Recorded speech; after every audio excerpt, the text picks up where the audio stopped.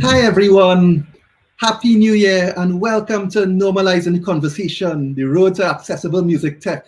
Wow, that's a mouthful, right? But we're going to spend the next 2 hours and we'll break it down and we'll understand what it means and everything. So fantastic to have everyone here. And today is a special day. It's a special day for the visually impaired and other disabled communities around the world. It's a special day because we've been able to bring together 2 amazing panels of people, key players in the music industry, in different aspects of the music industries, under one umbrella to discuss accessibility, to see where we are right now and how we're going to take this thing forward. So I'll tell you a little bit about how we came up with this concept, actually. So since I've been here with Sarah, my wife, in the UK for the last year, we've had a lot of fruitful conversations with different people from different companies.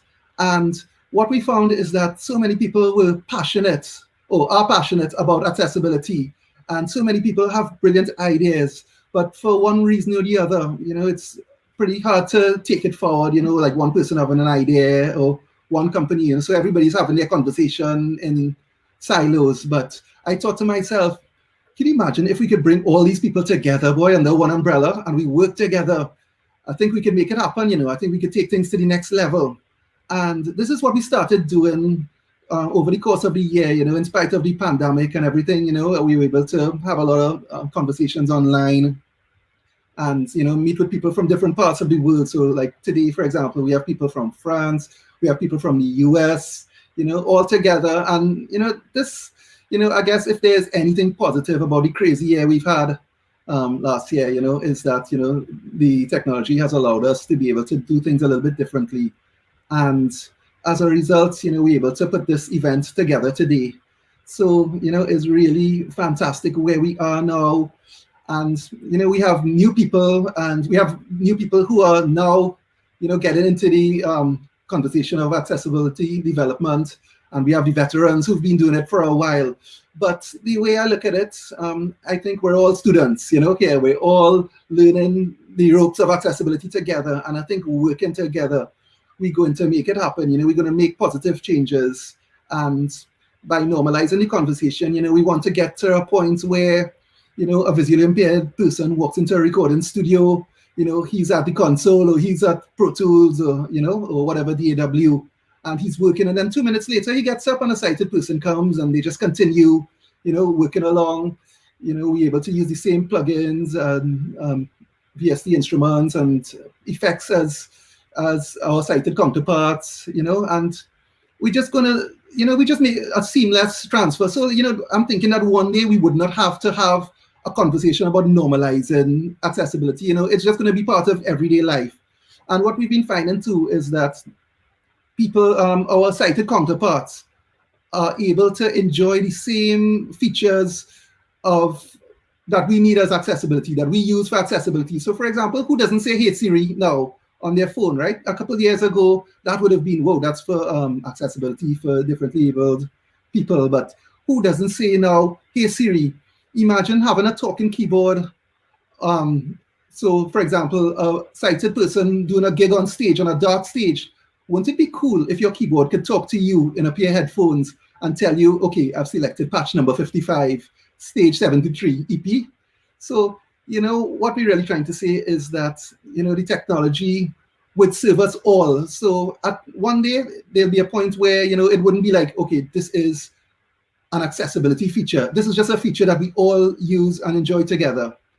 So I think now it's time to bring in our panel, actually. So we have 2 panels of key players from different areas in the music industry. And I know you've been reading about it on the Eventbrite emails that we've been sending out all week. So without further ado, let me bring in some special friends here, Catherine and Sarah. Let us know, everybody. Okay, so I know you've been reading about them all week, so I think we'll go straight into the discussion. And what I thought we'll do, let's take a journey together, of like what I imagine, it would look like, the landscape would look like when we work together. So first person I want to talk to is my friend Pierre. Hi, Pierre. Hi. Okay, so Pierre is from Arturia, and for the keyboard players viewing, guys, you have to check out V Collection 8. It's amazing, right? I've been playing it all during the Christmas holidays, and I can't stop playing the stuff, So, Pierre, great job, love it. All right. Thank you. Thank you. So we've been talking, Pierre, about, and we've been talking over the last few weeks about how you feel about accessibility. You've seen some of the stuff that I've been doing, with your products. Yep. And the topic of making Arturia products accessible, has come up many times. Tell us your initial thoughts about it, and where you feel, how important you feel it is to, make this step. Yeah. So first of all, I have to say that for us, or for me at least, it's still something that I'm not super familiar with. Sadly, it's not something I have had a lot of experience working on. So we're really at the beginning of something here with your help, because we've had some discussions with people that were visually impaired, but we didn't have a lot of input from the beginning when we were creating our products or updating our products. We don't have beta testers that are visually impaired, so it's something we're still trying to learn right now, and it's something I really want to progress on. And I think with your help, and I know you've been in discussions with our developers, and you've made some amazing scripts for Analog Lab 4 already, and so we've been discussing on how to make this work from Analog Lab 5 that just got released, and I'm really excited to make more progress on that, and so we're already trying to find some ideas on how to use the Keylab to have voiceover when you are using Analog Lab, for example, and we're making progress in that direction, and I think it's really promising. And as you're saying, it's something I'm really excited to learn more about and to just improve. Thanks, Pierre. And this brings me to my role in what happens next, because the aim is that this is a win-win situation for everybody. So I need to do my part now that once your product is accessible, I need to let the world know, visually impaired music practitioners around the world know that, okay, Arturia is ready to go, go buy the products. And to help me do that, I have Sarah from the MIA, right? Sarah? Hi, Jason. Thank you very much for inviting me today and for putting together this event. It's really exciting that we are all having this conversation, because I think by having these conversations more is how we start to go down a road where the industry as a whole does become more accessible. And as you said, I think it's something that everyone within the industry wants to embrace. From an MIA perspective, we've very recently launched an area of the board completely focused on accessibility within the music industries. It's one of our key strategic focuses, because we think it's incredibly important. And your example that you just made then to say, what can we do? Well, we are the impartial trade body, but we are also a network of thousands of retailers, suppliers, and services within the music industries. So we can use our network effectively. We have been running workshops throughout the pandemic with very high attendance and really good feedback. We have a very highly read newsletter with great engagement. So it would be our pleasure to be able to really publicize efforts from different manufacturers, help to match up manufacturers with retailers that could be interested or could be a good match for the product. And also holding workshops as well, just trying to familiarize this whole topic, so people aren't afraid to broach it, to talk about it, and we can really understand how everybody within the industry can ensure that their products and services are well suited, available, and marketed to the whole audience, whether they be sighted individuals or visually impaired individuals. That makes no difference. We just want to get the product out to people that can really enjoy it and use it within their process. So there's lots of different ways that we can help, and it'd be interesting to keep this conversation going of how we can help with that. Yeah, that's fantastic. You touched on a lot of points, which I guess we'll discuss, once everybody speaks. But you touched on a lot of points that are very dear to me, and yeah, and I think, hearing from you and Pierre, I feel that, we on the same page, we're going to make this happen together. So I want to introduce a really good friend of mine now, Mark Gordon from Antares, right? I don't know of one single studio in the world that doesn't use autotune. Right, and since I've been working with Mark, I've been able to do some amazing things with autotune. We've walked through the program together, and for the tech heads among us, we could discuss later. But just let's say that I'm pretty much able to use all the features of autotune now, and thanks to Mark. So Mark, we chat a lot, and you tell me that well, Mark, you're a senior software engineer. You write the code and stuff for autotune, right? But we have the developers who create the platform that autotune is built on. So I'm thinking, what would you like to say to them? How could we raise awareness? Okay, I'm Mark from Antares. Right. I want to make my product autotune accessible. Okay, what you thinking developers need to do on the back end, and how you think we could reach them? Well, so we originally, everything was written natively for all the different plugin formats, and we over the last couple of years have ported everything to Juice, which is a cross-platform framework that I'm sure most people have heard of or work with directly. And so it's really about convincing them to see the value of adding it to their framework. If you look online in some of the forums, there's been various attempts over the years to get them to see the importance of it, and I think they do see the importance of it, but it's something that always seems to slip down their the backlog. So I think it's about trying to convince them, but before convincing them, it is an open source platform. It's not free, but it doesn't mean that you can't make submissions to them.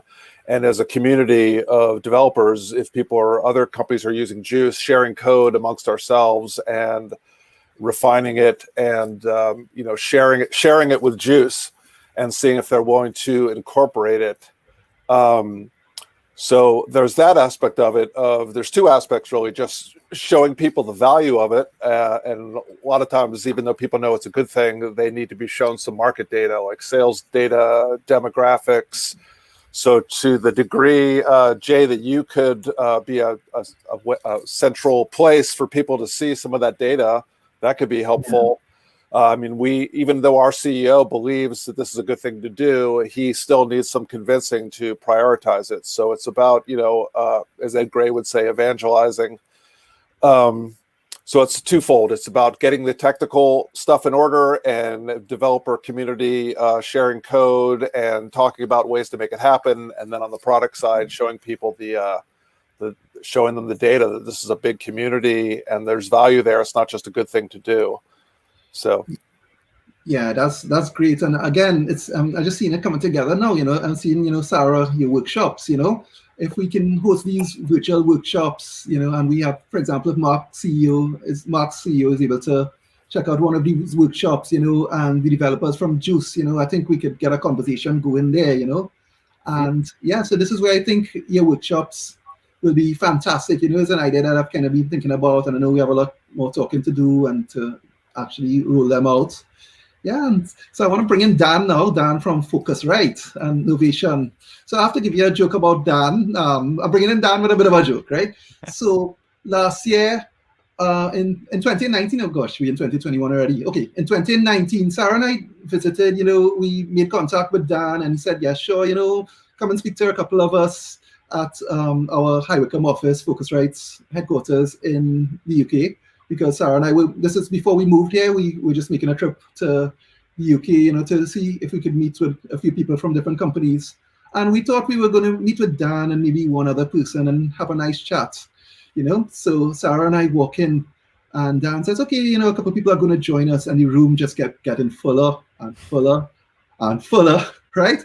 Until there were maybe about 10 people, 10, 12, I don't know how many people, but I just knew I was nervous because I had so many people with a day's worth of questions for me, right, about accessibility. We did a little workshop with Pro Tools there.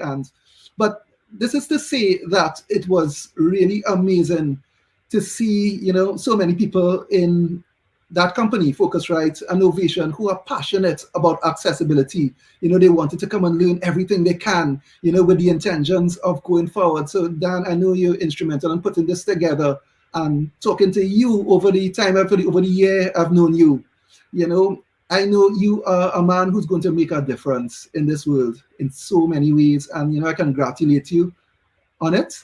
And welcome. It's an honor to have you here on the panel. So, tell us a little bit about your steering group and your passion about accessibility and what you think you're working towards achieving, and how you think we could work together to make it happen. Yeah, sure. Thank you so much for those kind words, Jason. I really, really appreciate it. And thanks for putting together this event and bringing us all together. I think one of the key things about this conversation is, the collaboration between us. I believe it was Tim Adnett at Native Instruments who spoke to one of my colleagues that you were in the country and if we'd like to meet with you. So that was the kind of key point for having you over. And yeah, that event was a really great point for us. We already had a steering group in the company, which is basically a group of us from various different departments getting together and talking about accessibility.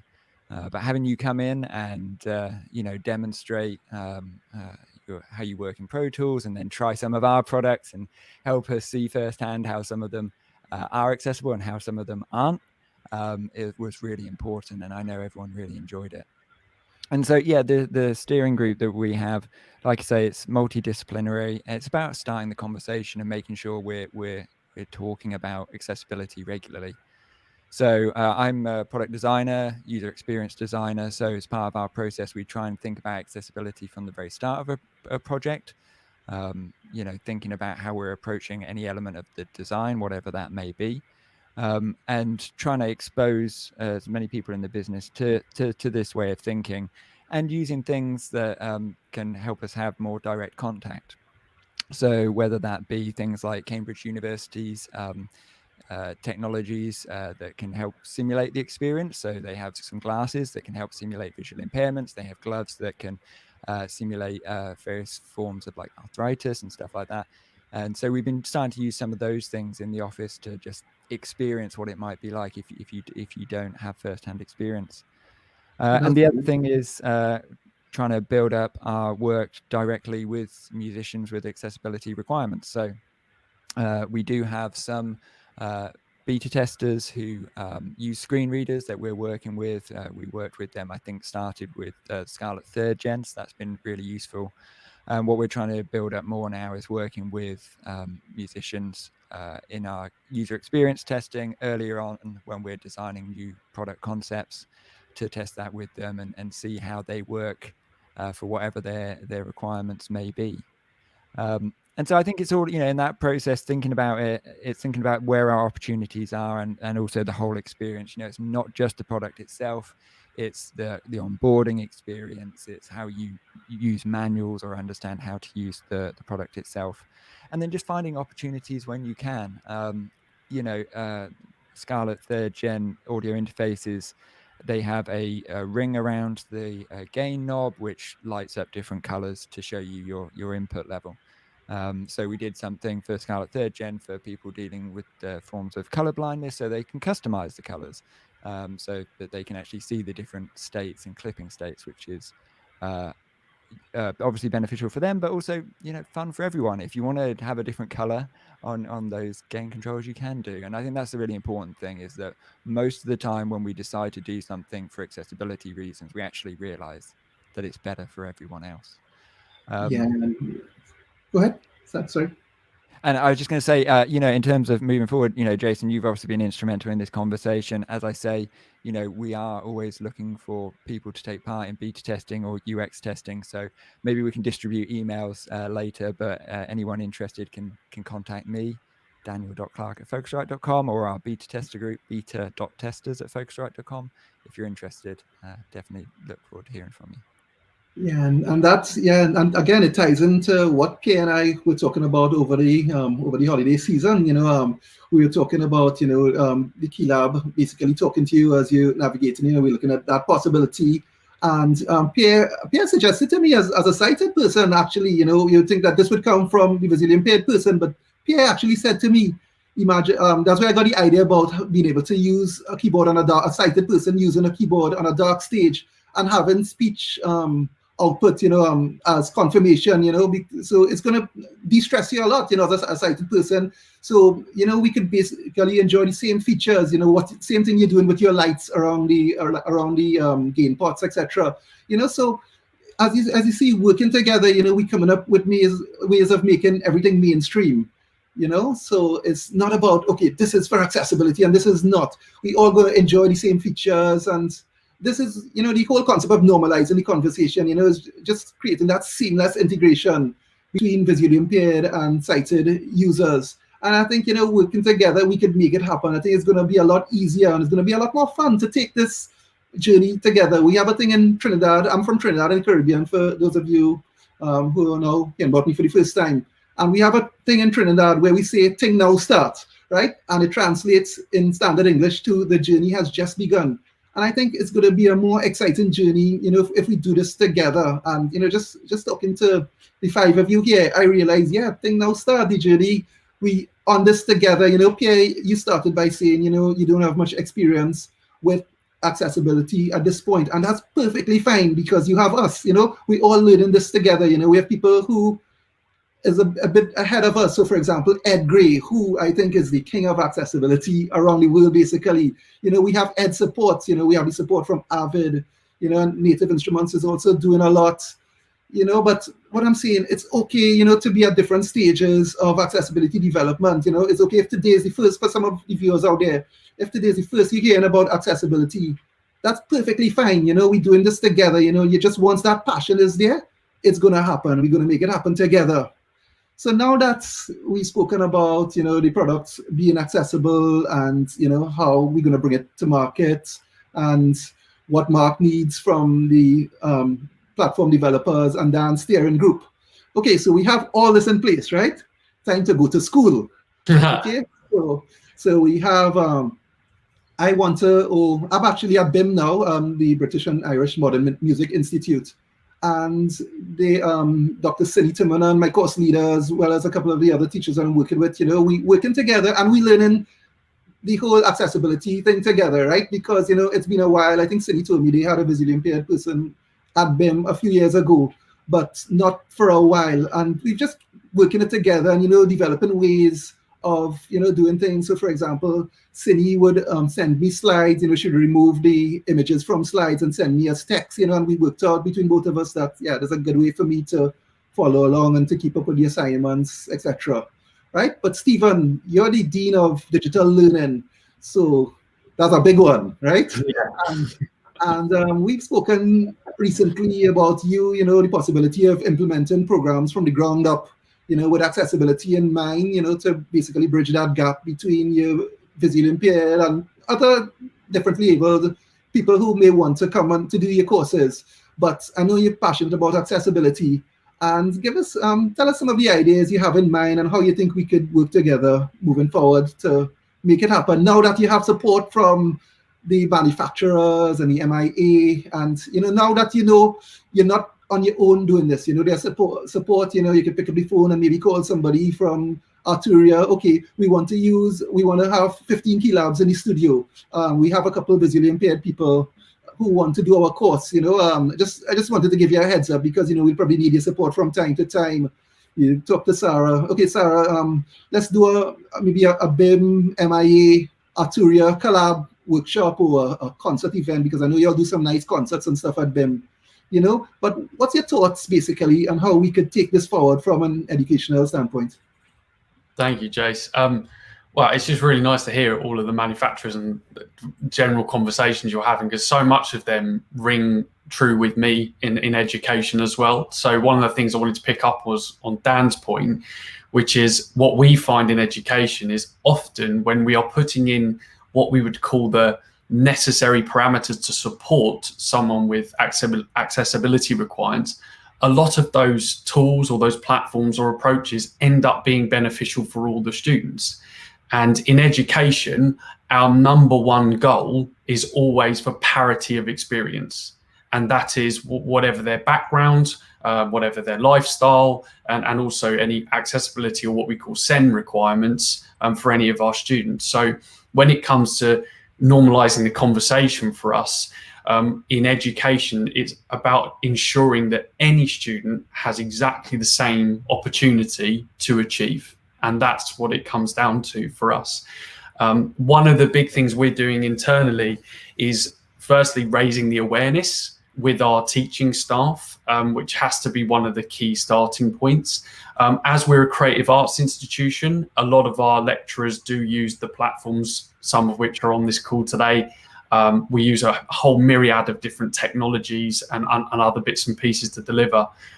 So we have to ensure that we have the right training mechanisms in to raise awareness, but also allow those lecturers to explore the tools, explore those accessibility features, and understand the benefits, not just to the students that require that support, but also to those who may not know the benefits of using those platforms and those tools.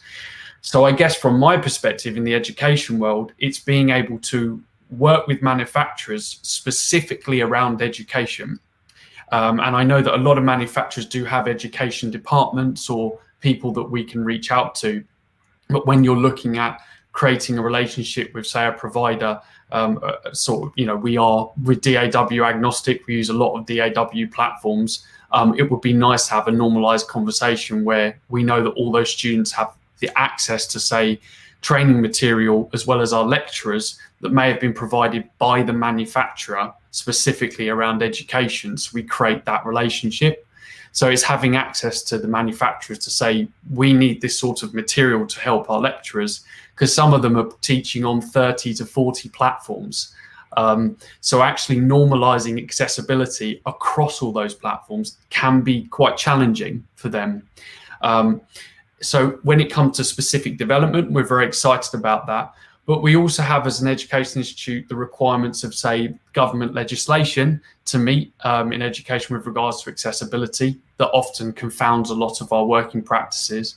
But we also have to be really aware of the sort of freeware, screen readers, browser functionality that we have to ensure all of our platforms are can relate to or translate to. So yeah, for me, Jace,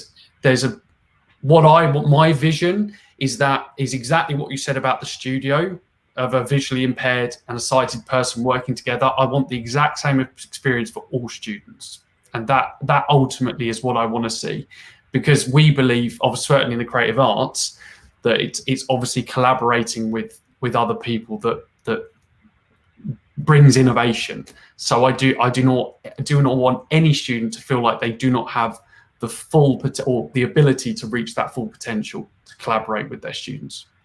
Yeah, and I think we all feel that way. All of us on this panel here, we feel that way. And I think, again, you're just highlighting the need that we really need to support each other to make it happen. So yeah, I think that's brilliant. Actually, your take on it again it keeps leading me back to Sarah and her workshops. Actually, because I'm thinking, Sarah, I think your workshops have the power to change minds and basically educate people. I'm thinking of what Mark said about, his CEO, he does support accessibility, but he thinks he needs to see more, So I think, Sarah, I think we could work together, to, take these things, to take the whole concept of accessibility to so many different sectors, manufacturing, education, even to the general public, because there are a lot of people who still think, unfortunately, that DAWs aren't accessible, and it's unfortunate. And then Stephen, you spoke about choice, about I know you hinted briefly about choice, and this is the same thing with manufacturers. You don't want a situation where there's only one keyboard accessible or one piece of software that's accessible. It would be fantastic, to use pretty much any MIDI controller once it's working in, for example, if I like a plugin from Arturia, if I like, for example, Analog Lab V, which I really do like, it'd be nice that, I can turn on any MIDI controller and drive Analog Lab V and have speech outputs, so as I navigate. I love the Keylab a lot, but it'd be great, if it works with any MIDI controller.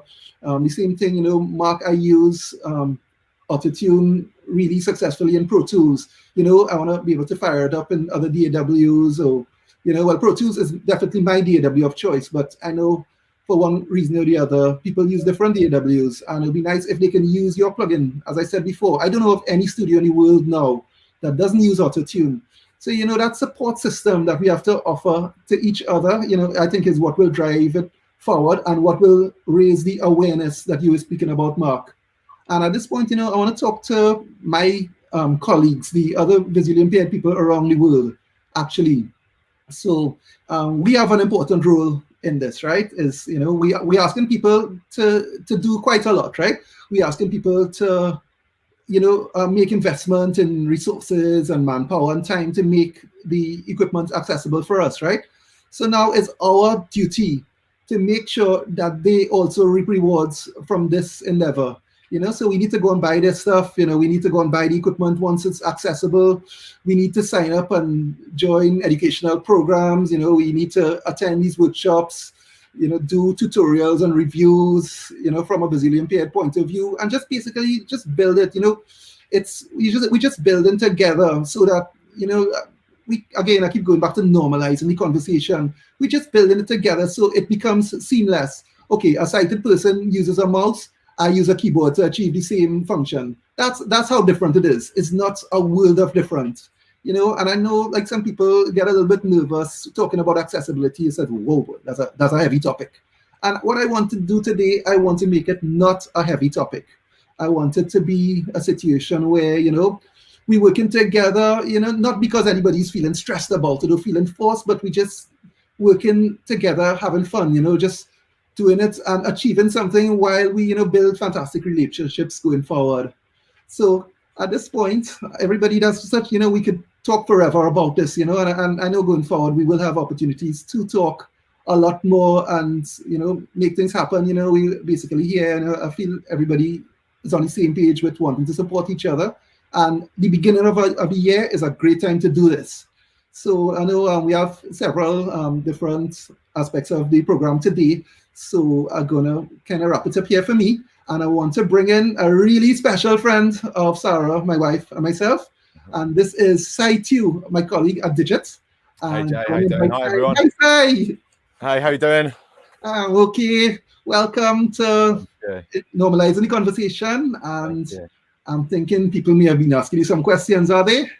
Yes, there are. There's quite a few questions come up, but first of all, I think we've got some friends from Juice online, and they are saying that accessibility is coming very, very soon. I believe they said in a couple of months, and there are links to videos. So for all of you watching, if you're interested in seeing that, if you scroll down to the Slido, which is just underneath the video, you can ask questions in there, but you can also see other people's questions and click links, etc. How does that sound, Mark? Pardon, sorry? No, I'm just asking Mark, how does that sound? Okay. Because every time I talk to Mark, Mark says, okay, we need Juice to be accessible. Yeah. So carry on, Sai.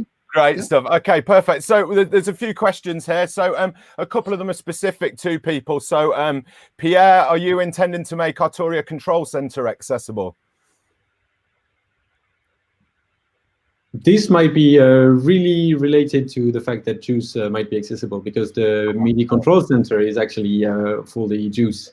So if Juice is made accessible, it would be much easier to make it accessible. Great news. Perfect. And then another one which is kind of specific, and this one is to Dan, and this is just asking, is accessibility a consideration when you are putting together your hardware synth ranges? Yeah, so it's definitely something that we are always thinking about and making sure we have when we're kind of designing new things, we have a checklist of the kind of key accessibility things we should be at least checking that we haven't missed anything as we go through.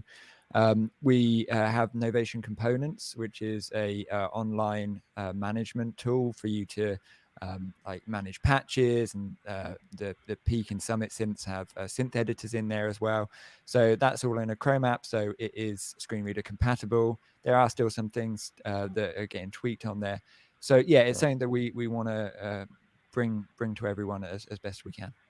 And I have actually seen components work with Dan, and I have a Novation SL MK, the 61 MK3.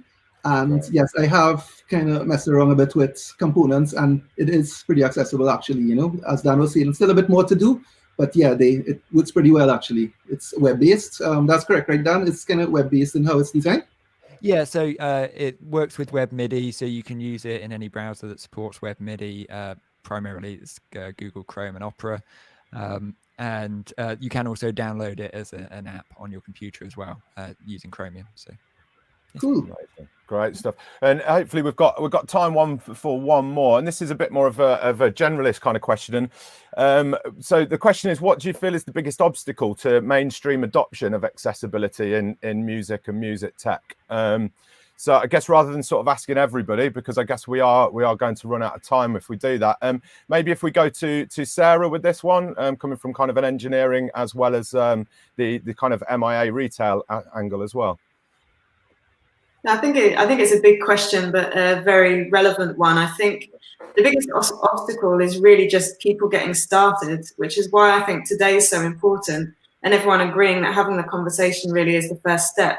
I think, you know, just as Dan was saying for Focusrite, continuing to think about it at every stage, I think is the biggest part of the obstacle to get over, because I think there is a fear about how people can become more accessible, how they can put this into considerations and you know, some carefulness around the subject. I think the more that we can talk about it as an industry, the more that we can collaborate, which is the most natural thing to do in our industry, the easier we're going to be able to get over that obstacle of people not knowing where to start or how to become more accessible to more people. So I think conversations like today can extend.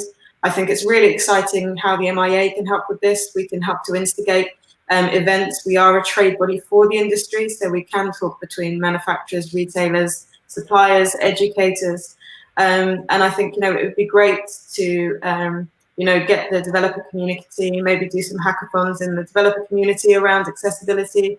But I think the more that we can talk, the more that we can collaborate and just have ongoing conversations like this, that will be the biggest obstacle that we can overcome together as an industry. Yeah, and I think, again, I think, you know, once we do workshops where we can show tangibly, you know, what's happened, so we can show the progress, you know. So I'm thinking, you know, when we do this next year, it would be nice if everyone, you know, maybe we might be able to do it in person, you know, hopefully this lockdown, everything will be over. And everybody, you know, here would be able to show a product, you know, all working together. But we do actually have a workshop where I'm using hardware and software from everybody on the panel here today. But I'm just thinking if we were able to do an accessibility concert, for example, you know, live, and, you know, where we're using Arturia keyboards and machine from native instruments, and, you know, we have autotune running in front of house, you know, Focusrite interfaces. You know, I think once we able to show tangibly, you know, how the progress we're making, you know, I think it's just going to drive the conversation forward. Sai, back to you. Perfect, thank you. Yeah, it's great to have all you guys here as part of this conversation. It's definitely a huge, not first step, but it's a huge step on the way, isn't it? If we've got time for one more, there are a couple of kind of company-specific ones. There's a few people saying that they would like to get involved in beta tests and things. So what we'll probably do is take those and share those around. But there's one question here. This one's specifically for you, Jay.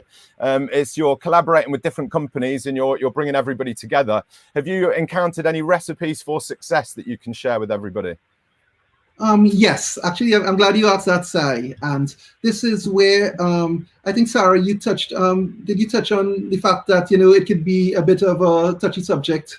You know, I think you mentioned, if I heard correctly, but I think the recipe for success, Sai, is a very relaxed approach to it. As opposed to, again, you don't want to make anyone feel forced. You know, you don't want to make anybody. You have to make your product accessible. No one has to do anything. But if I approach you in, you know, a very cool manner and say, hey, then what about if we made your keyboard talk? You know, just in conversation. I'll give you a perfect example. I met Mark at a dinner, you know, that Ed from Avid hosted in 2019, and we were sitting next to Mark and his wife Cynthia.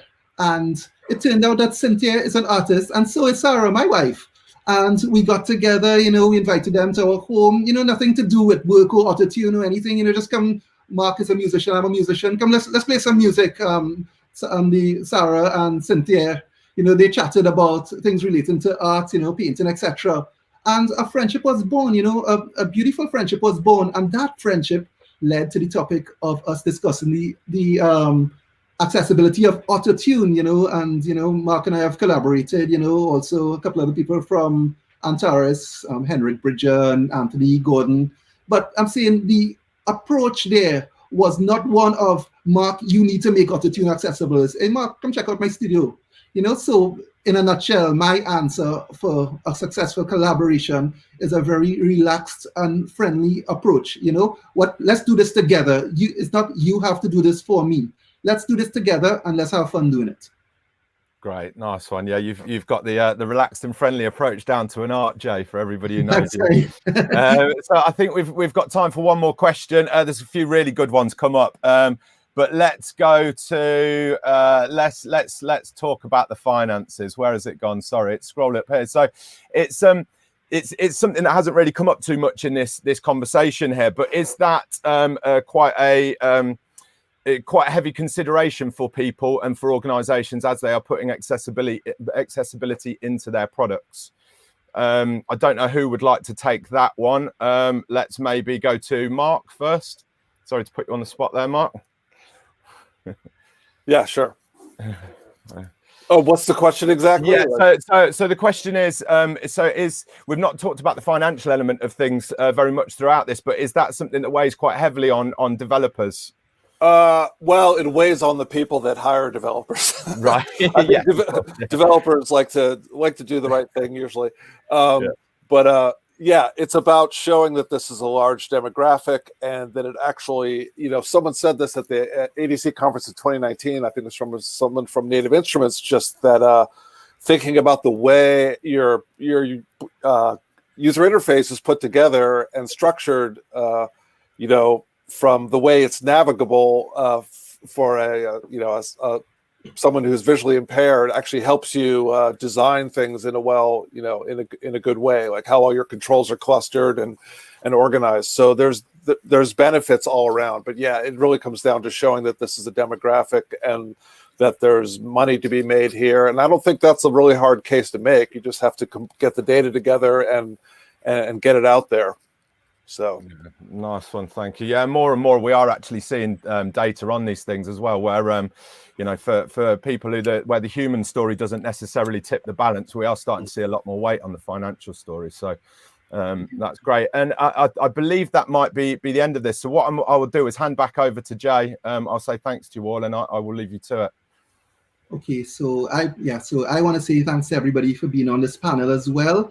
And, I really believe together, we're going to make this happen. You guys, we'll be discussing a lot more with each other, once today is over. And, we just have a lot to do, as I say, in Trinity terms, things now start, the journey has just begun.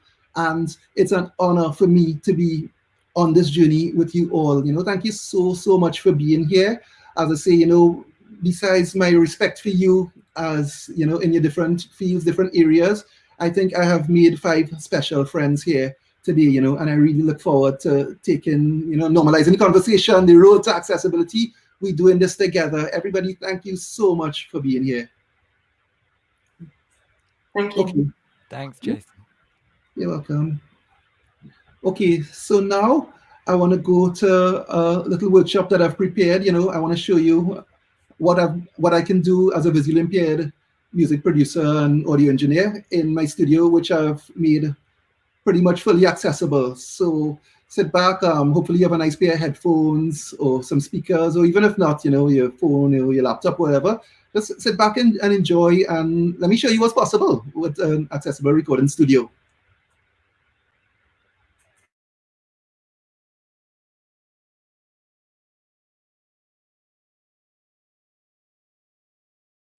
Hi everyone, and welcome to my studio here in Fulham, London.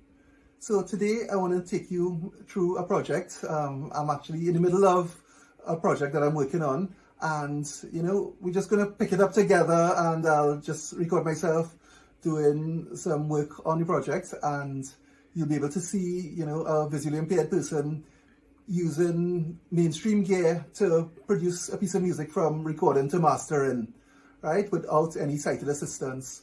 So let's do a little walkthrough of the studio, some of the gear I use. And I must tell you that all of the gear you're going to be seeing is from manufacturers who are actually on the webinar in the 2 discussion panels. So starting off, I have the Arturia Keylab 61 MK2, right? I love that keyboard actually, it's an amazing feel. And you'll see some of the instruments from the new V Collection 8 from Arturia that I find really amazing as I go through the production. Below it, we have the Native Instruments S61 MK2, another one of my favorite keyboards actually. I have more than one favorite. And this also has a fantastic key bed. They feel quite different. So, you know, whether I'm playing like piano or synth leads or whatever, you know, I use the different keyboards. To my left, I have the Avid S1 control surface. Now, this is a piece of kit I can't do without, actually. You know, it's fantastic, and you'll see how I use it soon. Moving on from that, we have Native Instrument Machine. And, of course, everybody knows Machine, right? And this is what I use to get down my grooves, you know, like make my beats and that kind of thing. Now, this here is a really special piece of kit. Very special to me because it's made by the company that I work for, Digit Music. So it's a MIDI controller and you actually play it using a joystick. Yeah, so we have that. Below, I have some equipment that you can't see, but I'll tell you what it is anyway from another manufacturer here, is the Claret 8 Pre USB. And this is from Focusrite. Right, another company, you know, who is very passionate about accessibility. Of course, we have the MacBook Pro, and I use Pro Tools as my main DAW. We have Adam audio monitors, and well, the mics are not hooked up right now, but we have like the AKG C414 and a couple of slimline condensers, and so pretty much everything we need to create some good music. And you know, we use plugins from Waves and Arturia, Native Instruments. We use a lot of Avid plugins from the Everything bundle as well too. So let's make some music. Okay, so here we are in Pro Tools, and I have a track open that I'm actually working on. It's a cover of a song called One Day by my friend Joey Nengwai in Trinidad, his band. It's a song that's been out for a few years, but I really like it a lot, and it's, you know, it's nice and bright, you know, I love the lyrical content and everything, and I just thought we'd do something nice and groovy for this webinar. The genre is actually called Groovy Soca, and it's from my country, Trinidad. So I'm not going to play the song from the beginning now because of time, you know, the time constraints with the video. So I'll play it at the end. So anyway, I have everything pretty much recorded and almost mixed actually, but I will take you through part of each of those processes, recording, mixing, and mastering. So the first thing I want to do on listening to it, I realized there are a couple elements that I wanted to add. So the first thing, I'm going to lay some high strings down, just a simple high string patch, and 2-3 high string pad. I'm going to arm this track. Armed. And for this, I'm using Native Instruments Session Strings Pro 2, which I really like a lot. So I'll just bring up the interface so that you can have a look at it. Plugin, complete. So this is Session Strings Pro 2, and I loaded up the patch that I wanted ahead of time. So very simple. So let me close it now. At the point of the song where I want to record. So here we go.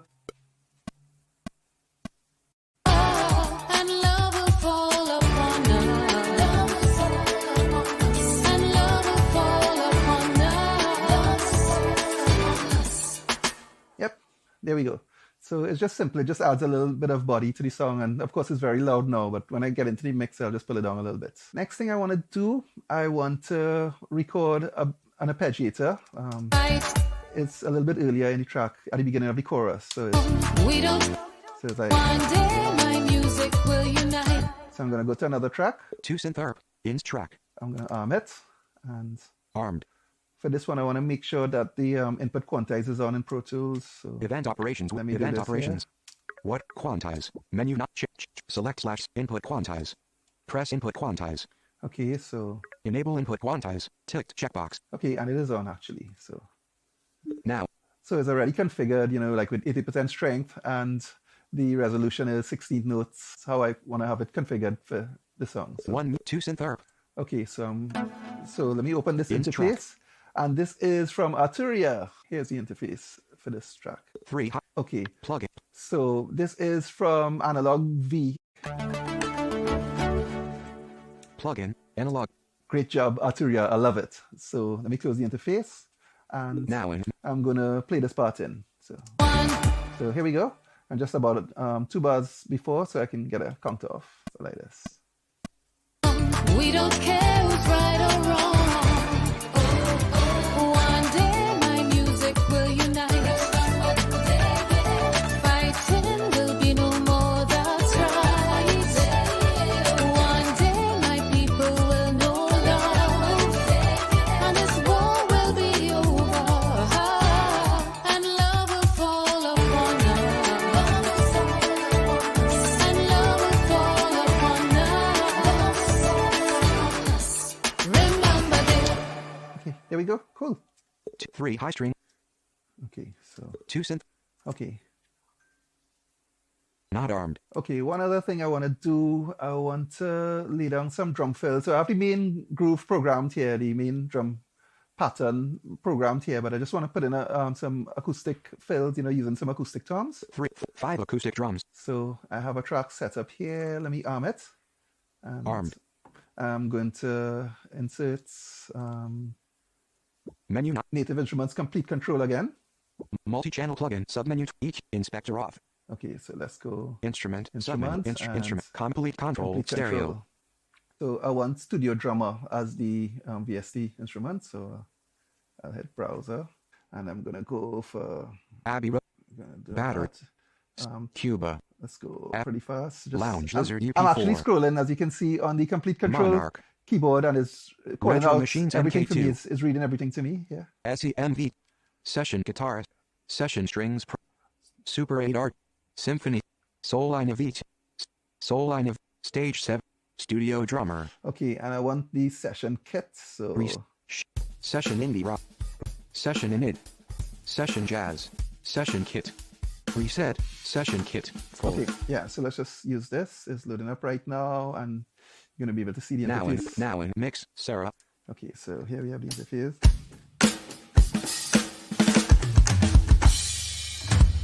Okay, good. So let me close this. Okay. So again, One day window. 5. I'll lay down just in the chorus for now, actually. So here we go. We don't. Okay, so here we go. We don't care who's right or wrong. One day my music will unite. Fighting will be no more, that's right. One day my people will know love. And this war will be over. And love will fall upon us. And love will fall upon us. Remember this. Good. Acoustic drum. There's one more phrase. I just wanted to put 2 crash cymbals right here. Head up high, show It's right here. hope inside you. Yeah. We don't care who's right or wrong. Good. Just to kind of accentuate the orchestra hits there. We don't care who's right or wrong.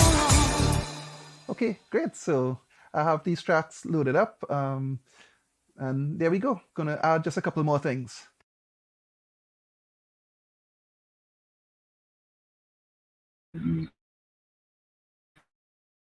Okay, so I have another track ready to go in Pro Tools. It's armed and ready. And for this one, I'm going to be playing in a marimba part. And I'm going to be using Control 1. That's the MIDI controller from Digit. So because of the type of track it is, I love the feel of inputting the data with the joystick. It's a really nice feel here. So here we go. Out there, oh, I know how the world sometimes could be such a lonely place. Rise up, lift your head up high, show the world your face. Hold on to that hope inside. You know you must be strong. We don't care who's right or wrong. Okay, so there you have it. The marimba track is in. Okay, so here I am at the S1 control surface from Avid, and I thought we'll do a little bit of mixing. So I kind of pre-mixed all the tracks we did this morning, got basic levels and pan, etc. So everything is pretty much sitting down okay. So let's go straight to the vocals. Let me select a folder track here. I have all my lead vocals in a routing folder in Pro Tools. So let me hit play and you'll just get an idea of what's going on. No matter what we do or say, we're gonna find a way. Just let the music DJ play. Yeah, so I think everything is sitting pretty okay. Let me just mess around with the fader for track 1, see if I can tighten it up a little bit. So I'm pretty happy. No matter what we do or say, we're gonna find a way. Just let the music DJ play. Yeah, that's cool. So let me show you what I did on this folder track. So the first thing I have an SSL EQ here, SSL G channel from Waves. So this is the interface here, right? So let's see what I did. FXTD. And again, I just accessed that from the S1 by hitting the EQ button. So I did a high-pass filter at, I think, 112 hertz. 0 off, 1 out K hertz, 112 hertz. Yeah, and then I think I just scooped out some mids. Off, minus 6.0 dB. Yeah, actually I scooped out quite a lot, minus 6 dB at 0.34 at 334 hertz, yeah, kind of. 0. Right, and then I did 8.00. 1.1 dB. Small boost at 8K. I did like 1.1 or 1.2 dB boost. Just to show you how it works, I'm just moving the rotaries on the S1 here now, and then I can read the levels with voiceover. I can read my parameter values. Off 15.0 dB. HF gain. So it's a huge boost. So I just pull that way back down. 3.8 dB HF gain. Yeah, 3.8. That's a lot. So I just zeroed it by pressing down on the button itself. Let me go to 2.3 dB. Yeah. In parentheses. Just gonna tighten it up a little bit. 1.2 dB. Yeah. Out of off. HF type. 16.0 pick. 8.0. Yeah. So that's pretty much what I did with that EQ. Let me just close it now. I'm just gonna close it on the S1. Close this window. Now in edit, Sarah. Okay. So I go into the mix window. Mix ticked. Now in mix. Right. So what I did, so I have one main lead track that goes right through the whole song, but in the chorus, Sarah sang a double, and I used the Avox Duo from Antares, which is one of my new favorite plugins, actually. I'm really enjoying this one. One day my music will unite. So the lead vocal is nice and thick because of the double and the further double with Avox Duo. So let me go to that and show you that interface. Close, but minute, full screen, track list pop-up, 1, 2, lead, 3, lead 2, audio track, 2, 3, lead 2. So here we are in Avox Duo, and this is kind of just making the track nice and thick. So in 10 pitch area. So to show you, some of the parameters, I'm just navigating with voiceover, and I can 0.00 vibrato 10 pitch variation. Yeah, and I can change all the automatable parameters with voiceover. Like 0.30. Right, and I put it back. Pick here. 0 out of 10 pitch in parameter 30. Yeah. Pick 10. Just to show you that I can navigate it easily with voiceover.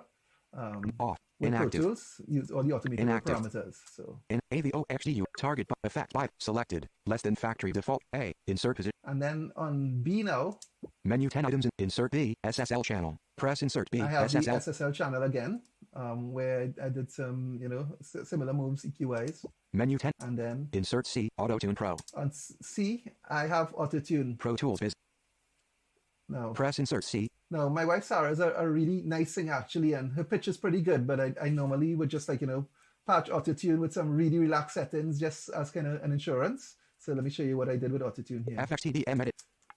So of course, 53 millis. The retune is set to like 53 milliseconds. D key parameter. It's D scale, and it's the key. Sorry, D and major scale. D major, and I made some other changes to like the 0.00 transpose 0:60 ratio. Humanize, and I changed it to alto instead of 50 soprano. Alto/tenor. Alto tenor. So that's Auto-Tune there, right on the track.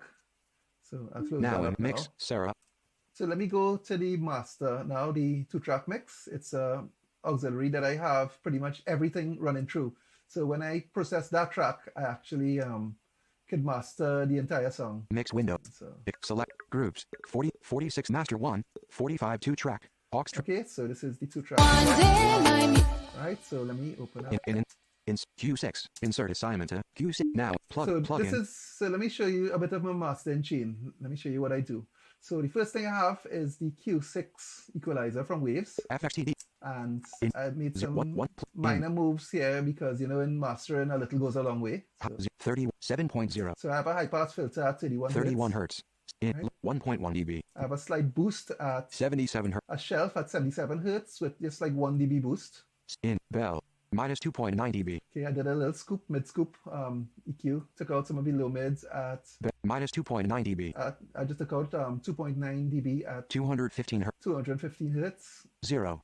3.5 dB. And Band I 6 gain. I have a boost at 3.5 dB. High 3.5, 8000. A high shelf, 3.5 dB at 8K at like 8500 hertz actually, 8.5K. 3 high shelf. 8,400, 3 point high in band 7.0. And then I have 1,500, 1.1 dB. Another small boost at like 1 dB at 1500 hertz, 1.5K.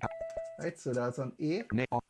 Previous Q's target button. Effect bypass. Select less than factory. A. Insert position select. Menu 10. Insert B. SSL comp. Press insert B. I have the SSL compressor on B. And this is just to kind of glue the whole mix together. I love this one actually. FXTD edit view. You know, just some small in FX minor settings here. 1.5 dB makeup. 1.5 dB makeup gain. 7.6 dB threshold 7.6. What 10 times 4:1. Yeah, and you know 4:1 ratio. But it's just giving me very slight compression, maybe 2 to 3 dB of gain reduction.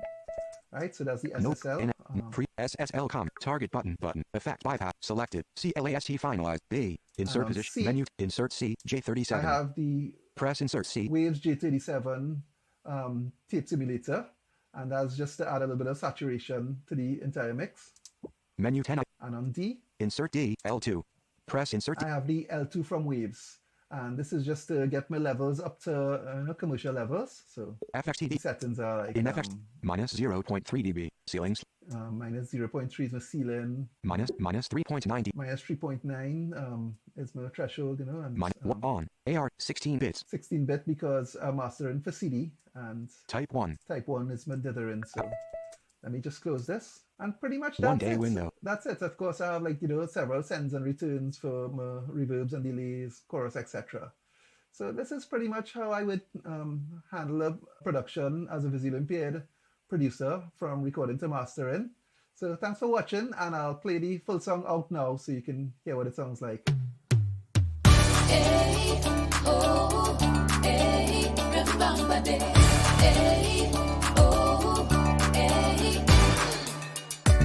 No matter what we do or say, you know we're gonna find a way. Just let the music DJ play. All who wanna dance, say yeah. Feel the spirit in the air. Oh, we're moving without fear. Oh, I know how the world sometimes could be such a lonely place. Rise up, lift your head up high. Show the world your face. Hold on to that hope inside. You know you must be strong. We don't care who's right or wrong. One day my music will unite. Fighting will be no more, that's right. One day my people will know love. And this war will be over. And love will fall upon us. And love will fall upon us. Remember this.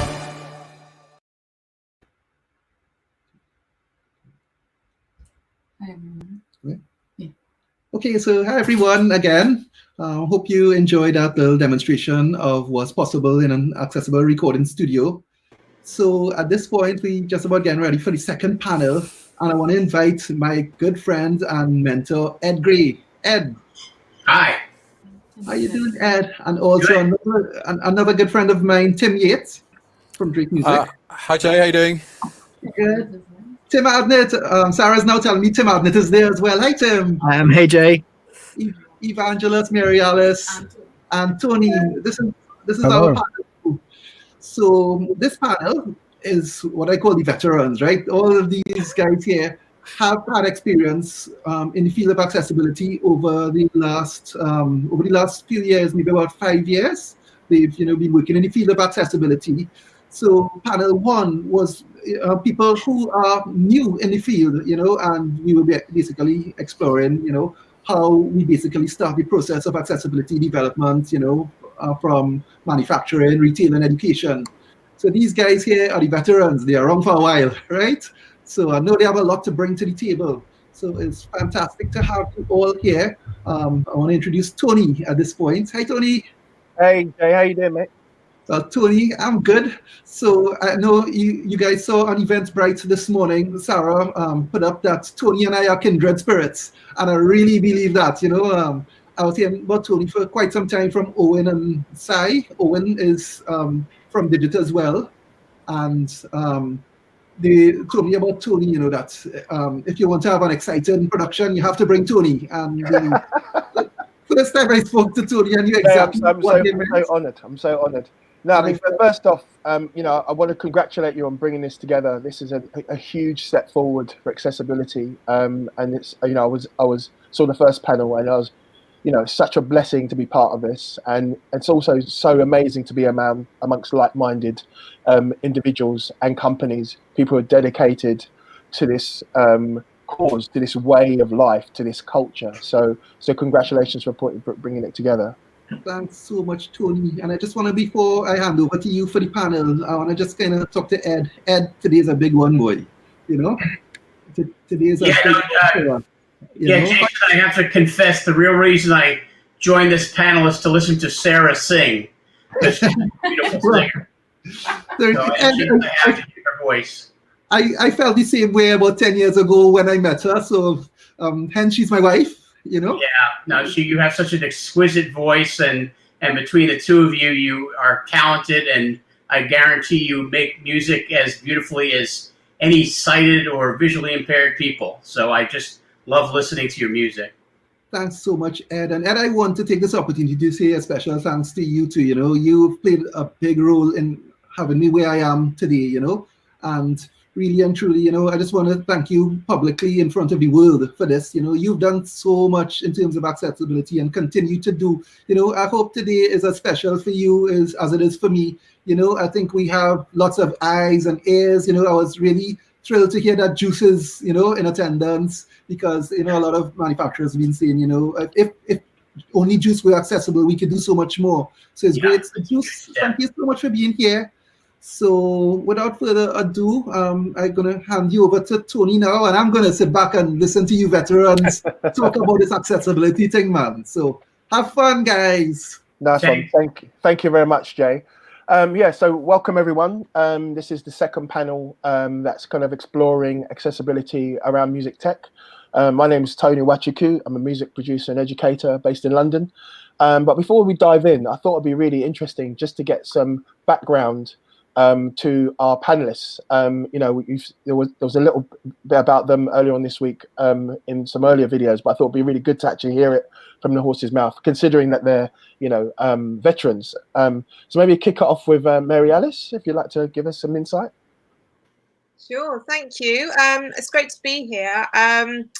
It's nice to be thought of as a veteran, although I need to press up and say that actually my journey into accessibility in music and music tech is actually relatively recent. I started out really on the journey of understanding what it is to overcome barriers to participation in music if you have a physical impairment or any other impairment that might stop you from picking up and playing an instrument like someone, like anyone else. So that journey started a few years ago when I brought together a consortium of organisations, including Drake Music and Open Up Music and Youth Music and the OMI Trust, very importantly, the OMI Trust, which is the One-Handed Musical Instrument Trust.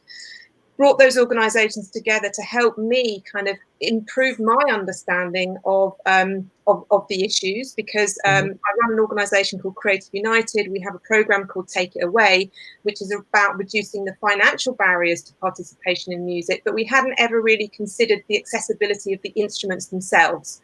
So my eyes have been opened really to this whole area in the last few years, and I'm incredibly grateful to Digit Music and to Jason for helping me really begin to unpick the access issues associated with music tech, which is what this conversation is primarily about. But actually, my area of expertise, if I can call it that, and interest is really around a whole raft of accessibility issues with kind of physical disability as well as technical innovation.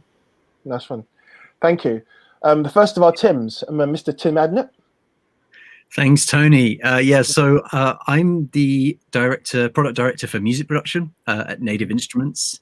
I've been at the company for 7 years, starting in product design and then moving into product management and now director role. And that means that I'm looking after the Machina Groovebox products and also Complete Control, which is obviously the one that's a little bit more relevant for today, at least right now. That's our keyboards. And I actually previously worked at Avid, so I know Ed from those days. And he's given me a lot of inspiration around all of this topic. So I was very deeply involved with a then colleague of mine, Carl Bussey, who's now at Isotope. We actually developed the original ideas around the accessibility features in Complete Control and Native Control Standard. So for me, that was my kind of journey there, I guess. And also behind that, I'm still working a lot in music, which is great, because I'm getting to meet a lot of musicians and a lot of people who are of different abilities, not just visually impaired, but actually all sorts of different abilities, which I think on this panel is well represented. So that's again something I think is very, very important to me. But yeah, that's a little bit about me. Nice one. Thank you, Tim. Evangelos. Hello, everyone. Thank you, Tony. I'm Evangelos Himonidas. I am Professor of Technology, Education and Music at University College London. It's a bit of a schizophrenic background, I'm afraid. I do have a computer science and information technology, information engineering background. I never present myself as a musician because I started quite late as a small kind of revolution to the family who was always expecting that I would become a mathematician and a computer scientist. I tend to wear many hats because I have many interests. And in many cases, I try to solve different problems. One of the hats that I wear is that of the developer of Sounds of Intent, which is the world's first technology to support children and young people with profound and multiple learning difficulties and severe learning difficulties with and through music.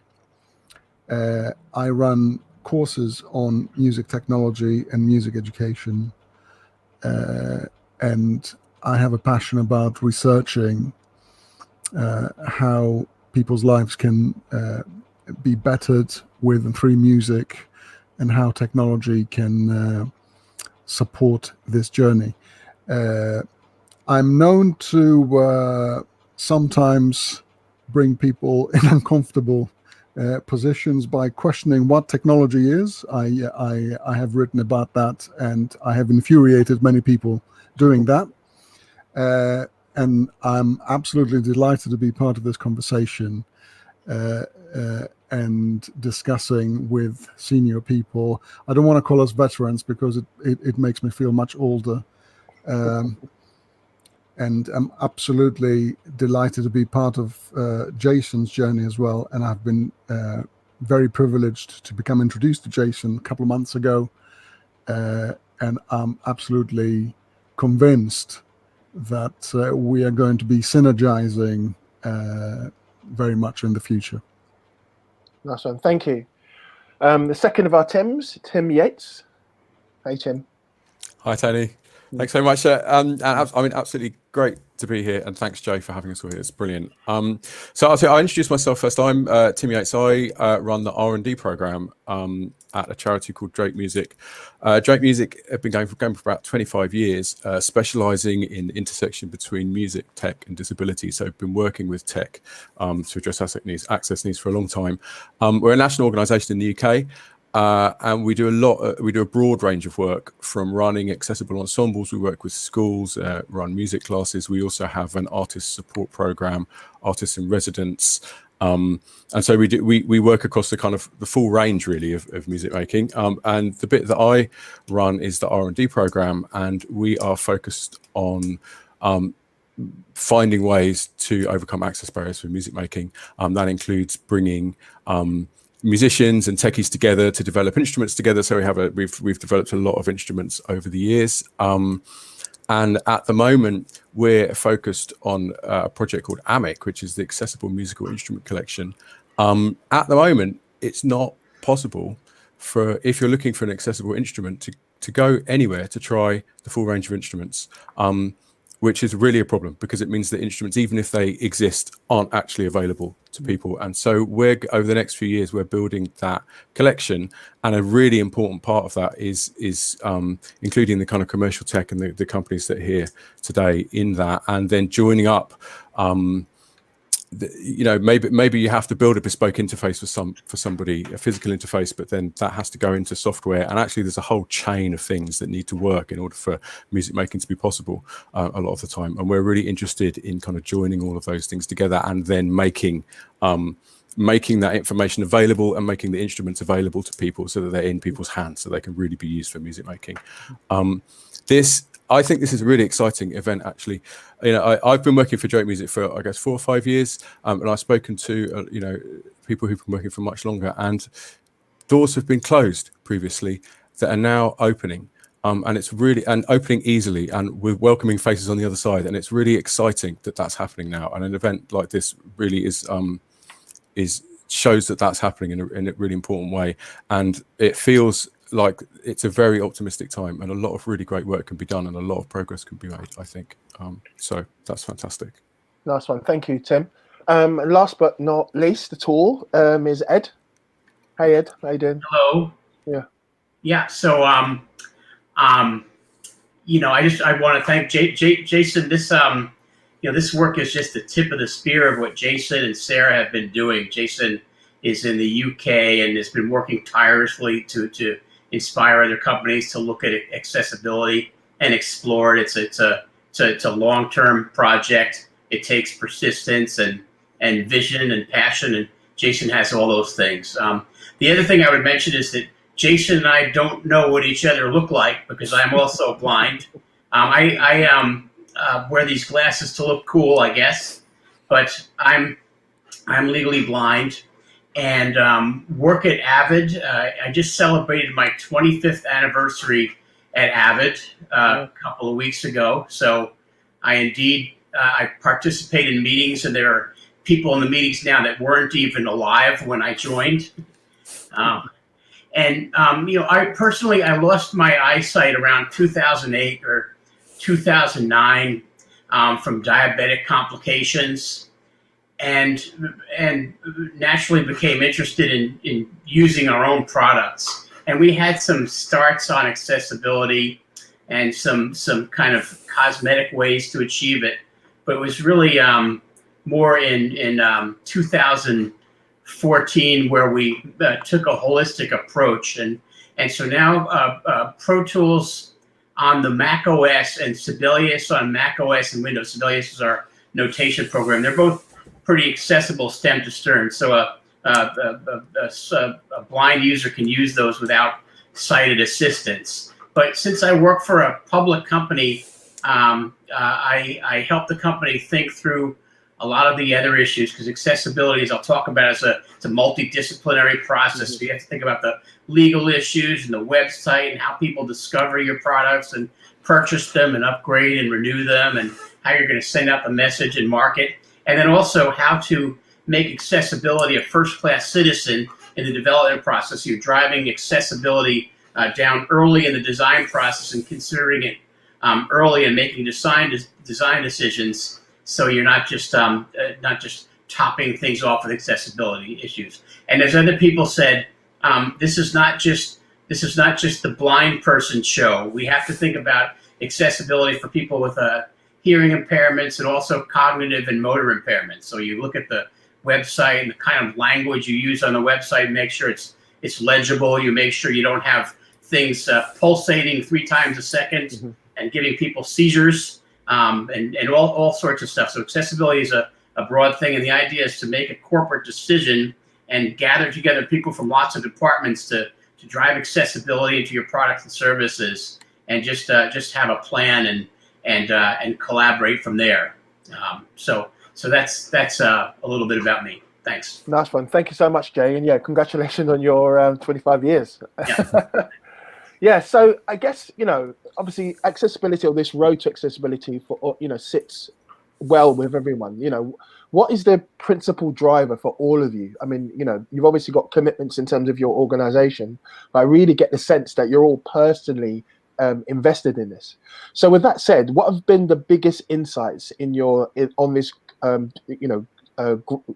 journey of discovery, both in terms of your personal insights, but also how those insights have been implied in your role within your organizations?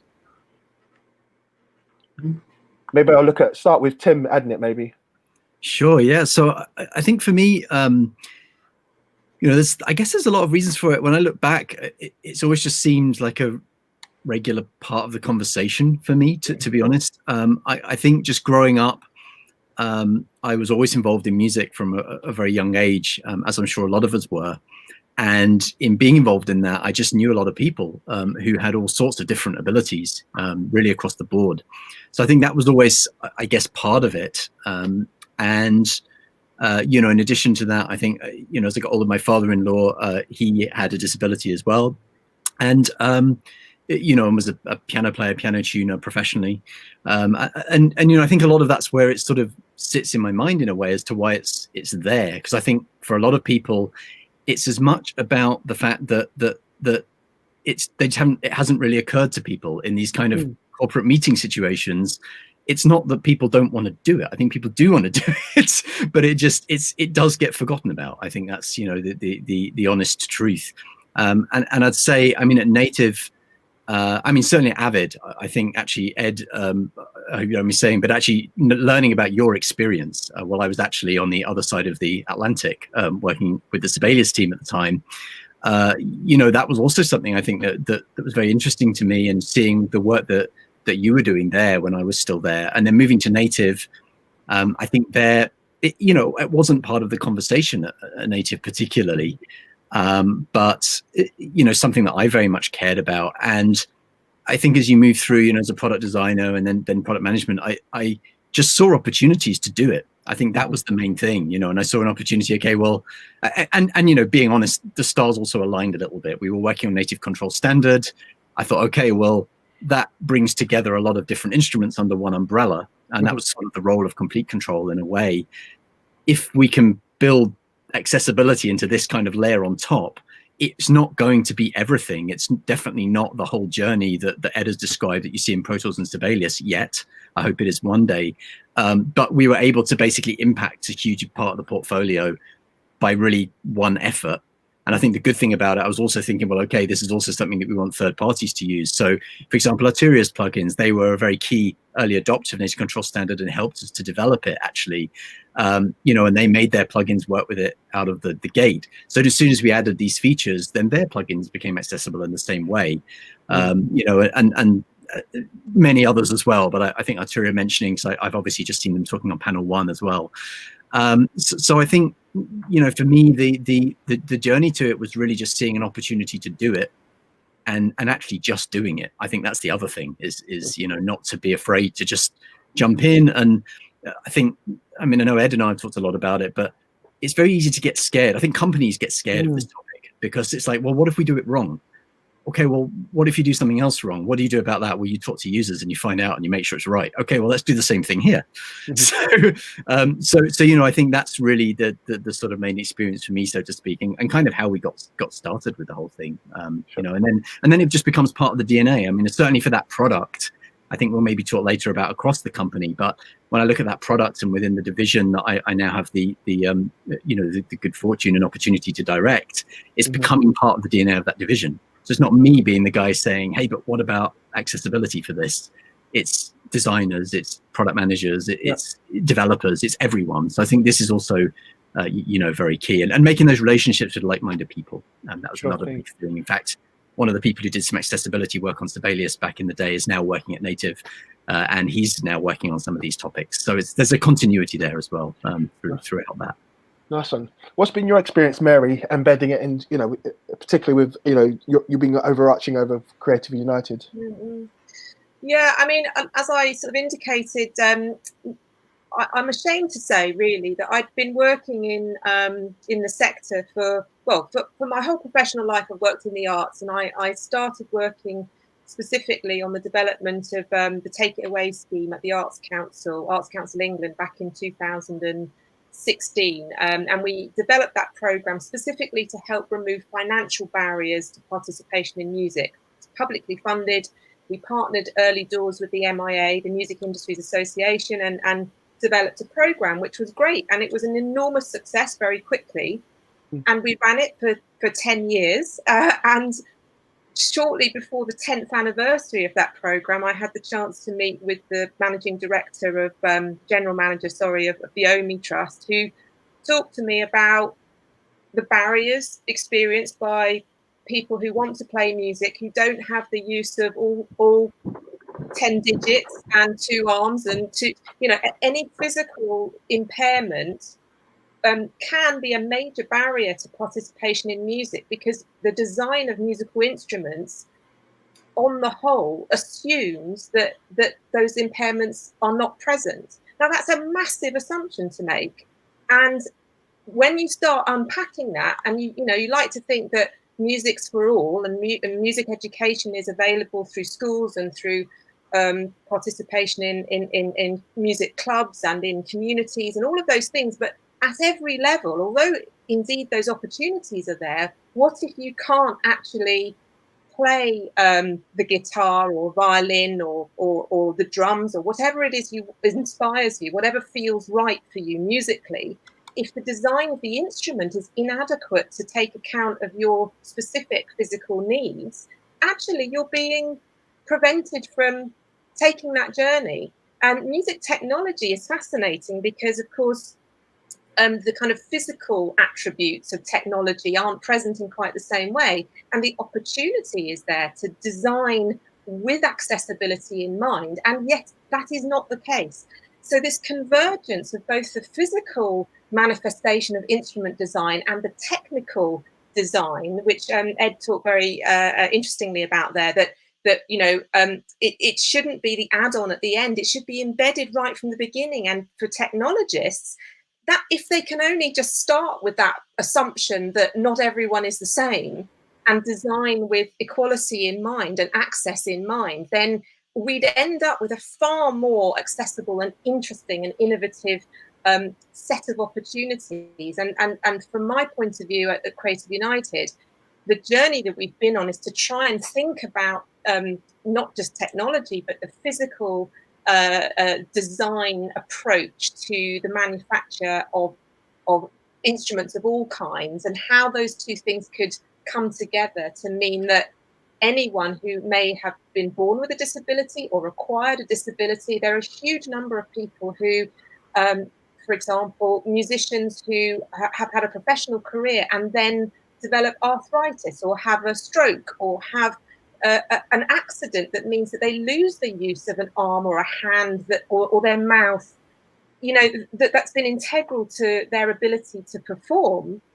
Do we just say to them, oh, well, that's a shame, that's the end of your career? Or do we give them the facility to re-engage and adapt and innovate their approach to making music and performing and sharing music through design innovation? So, I feel that I've learned a tremendous amount just trying to think about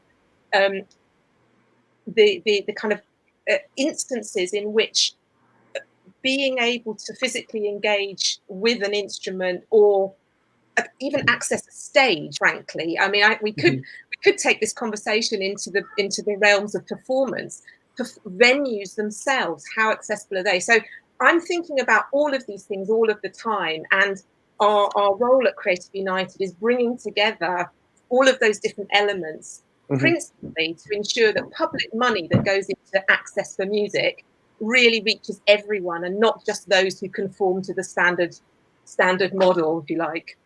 Mm-hmm. Nice one, thank you. How does this play out in your work, Tim Yates? I mean, I totally agree with everything everybody's said so far. I mean, I think everybody's absolutely hitting the nail on the head. I mean, I think the thing that I see a lot is that actually there's a tremendous amount of really exciting work going on in this area, in accessibility in general. But what happens is that it's in bubbles. You know, so and it's at every level. You know, you have a workshop leader who's inventing, you know, a huggable speaker or something just for use in their workshops. It's a really cool and interesting thing, all the way up to, you know, the big tech firms here who are really working hard to make their stuff accessible. And then there's lots of work being done in academia and lots of things in between, individual musicians who are solving their own access needs and finding ways to solve problems for themselves. But at the moment, it's very that knowledge and that information stays in one place. It tends to stay with that one group or with that one person. And so it's very hard I think, for somebody coming from the outside or who's maybe new to this to find their way through and to find a solution that works for them.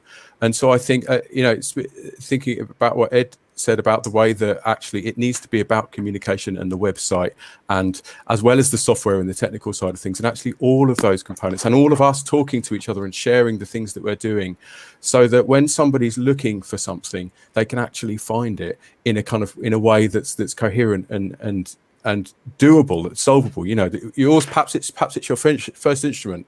It's already scary because you're learning your first instrument. If you then got to jump through 50 other hoops in order to achieve that, that's really hard. And so I think there's a lot about just joining everything up, sharing information, making things available and knowable, and also to understand that I think a lot of this is really tractable stuff. You can do a lot quite easily. Doesn't have to be rocket science. It doesn't have to be, you know, perhaps you just pull the knobs off your interface and replace them with bigger knobs. You know, sure. If people know that they can do that, then that can maybe make a piece of tech accessible that otherwise is completely inaccessible. You know, those kinds of low tech solutions as well as the high tech ones can be as important. And actually, it's a case of joining those bits of information up to kind of make it happen. Nice one. Thank you. I was going to jump in here. We've had a couple of questions, definitely pertinent to this. So the first question is anyone bridging the gap by hiring the actual accessibility expert or a blind person who has a programming background? Maybe Ed, I'll get you to ask that question. I believe I am Avid's token blind employee. But we work with a team of beta testers, and there's probably 12 to 15 people that join our calls in and out. Then there's a core of 5 or 6 that are reliable, that help us I discover bugs and identify them and prioritize them, and they are joined at the hip with our designers and developers to help prioritize these issues. But you're on to a good point, which is this accessibility stuff is not going to be done successfully if you have a bunch of empathetic people with eyesight deciding what blind people should have in their app. You need blind people and as part of the prioritization and real world bug identification process. Oh, most definitely. I mean, we heard, on the first panel, there are things like, Focusrite and, beta testers that have been incorporated into, design process and to the development process, which is, really encouraging to hear. Evangelos, what's your take on the question? Funny that you asked that, Tom. I can be devil's advocate or terribly academic by returning to the very definition of what is accessibility. My take is that we don't know, and the very discussion in trying to understand how diverse the notion is what we have all been talking about, actually. So essentially, we're talking about a task where we're trying to make something tangible for someone, a product or a piece of software. Or a solution, when the problem itself, or try to getting it right, And sometimes people focus on getting it right, and they forget that they don't know what it is. Mm-hmm. So the biggest challenge is to liberate yourself initially from the fact that accessibility is not one thing, that conditions or special needs or diversity is not one thing. It's a continuum on which every one of us sit. And in many cases, it's the actual discourse that is the important thing, and not the deterministic solution that we're going to offer in order to tackle that. And that is echoed in what earlier, very, very intuitively, Mark Gordon from Antares said, that that the whole challenge weighs on the people that hire the developers, because the developers always want to get it right. That which resonates, and I took a note of that. But it also echoes what Stephen Wilkinson from BIMM said about the parity of experience, which is a very strong educational concept, and all of us in education are or should be quite passionate about, which is, in one sense, negating or at least challenging Jason's celebration of normalizing and normalization. And I would love to have that discussion with Jason, and I would have loved for Jason to, because I know that he has plans to pursue a PhD in the near future. I would have loved for to be involved in supervising this work, because what my angle would have been would be to try to deviate from the actual determinism of normalization, which is what he's essentially adopting from audio engineering and normalizing a signal. And I would have changed the discussion to conversing about normal and normality and normalization. So I stand for the fact that there's no such thing as normality, and in what my own research and my own passion has been celebrating is to actually try to research the outliers, whether the supranormal or the infranormal, in order to demonstrate that normality is chaotic, and we cannot offer a recipe in order to describe it or offer solutions for it. Mm-hmm. Coming back to the first panel, which was an incredibly intuitive discussion and very revealing, there's one additional thing that I want to rehearse from that, which will support my argument, and that is the thing that that one mentioned about bringing all of these things together in order to offer a solution is not necessarily something that is going to be something that tackles accessibility of people with special needs. Colleagues earlier mentioned that in almost every single case, and it wasn't just one person that mentioned it, it was 2 or 3 people, in every single case where something had been addressed in terms of accessibility, again, whatever that means, as I explained, everyone benefited. And that's the most important thing. And that essentially speaks to where I come from, wearing the old hat of the computer scientist, which is that if we are open about something, if we're systematic about something, if we try to understand how things work, and we try to be accessible in the information that we share, then we are bound to create something that is interoperable, that is extensible. I'm using terms from computer science that actually are very much part of this whole discussion. And from my experience and my expertise in computer science over the past 30 years have mainly been web related.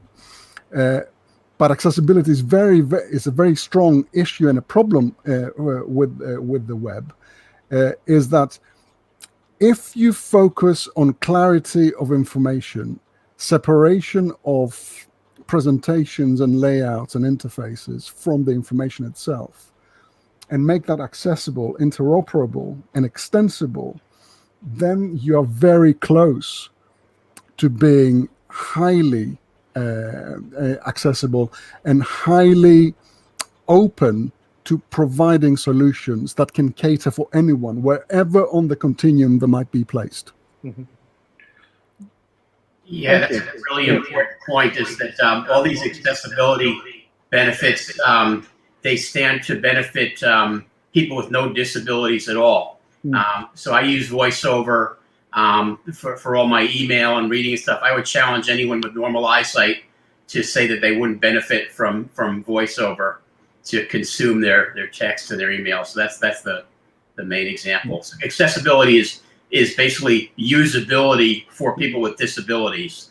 And when you program for accessibility, you're looking at the interface and saying, we want to make this interface flexible for all different types of people with all different types of abilities. So anyone like Jason Dasent can walk up to a Pro Tools interface and start using it without any special add-ons or tools. And then someone else with a different type of disability can also use it likewise. Yeah, and I think it's also reflected in the general usability, actually, because, you know, you want the same thing when someone who is sighted. So when I walk up to Pro Tools, I want to know what I'm doing and be able to use it as well, right? And I think the interesting thing about looking at accessibility features, and I mean, I've got a bunch of examples, but I know we don't have much time. Generally speaking, they'll make you really think about how many steps I'm taking in this user journey, for example. Like, do I need 8 clicks? Or can I make 2 and make an assumption partway through that will work in most cases? And there are honestly many examples that from development that I've been involved in where that's the case. So I think it's, you know, I think it's great that you mentioned it, Evangelos, because I think it is the key thing. I know Ed's mentioned it. I talk about it all the time. When you make something accessible, you make it better for everyone is always the kind of phrase that's used. Absolutely. But it's so multifaceted, that thing. It's not just one thing. It's exactly what Evangelos describes, exactly what Ed described. And again, you also see it even in a pure, like, detailed interaction level, not just the method of interaction, but the number of stages and so on. So I think that is key. I would fully agree. That's absolutely everything. Absolutely, absolutely. So with that said, you know, one of the questions that came in and kind of segues into where we're going now is that is this the key to kind of mainstream adoption? You know, having these different kinds of approaches. I mean, do you need approaches like webinars like this, or a broad-based approach to accessibility? I'm not sure what you're. Oh, just in terms of the fact that, you know, creating experiences that are fluid, you know, for all kinds of people, making them, you know, making it diverse, making products that are open. Yeah, it's easier said than done, and you know, like Mark Gordon from the last call said, engineers want to do the right thing, and that's true. An engineer, given the opportunity, would make the products completely accessible in every way, and do that likewise for the other products. But you can't get to everything, and so you have to make strategic decisions about whether you want to, you know, top off the website with some alt text so they can read pictures over here, or add these features to Pro Tools so you can read the captions and do fades better in Pro Tools. So there, no matter what, no matter how dedicated a company is to accessibility, you're always in a bath of trade-offs, and that's why you use these teams of visually impaired beta testers to help you prioritize the real-world changes that are going to have the biggest bang for the buck. And then likewise, this effort in development needs to kind of blossom out so that your website and your web store are accessible, so your employment, onboarding, and job postings are accessible, and your documentation of your products and so forth. So it's it's all about dealing with limited resources and prioritizing. And I don't think there's any company that's in a state of nirvana where they can cover everything. But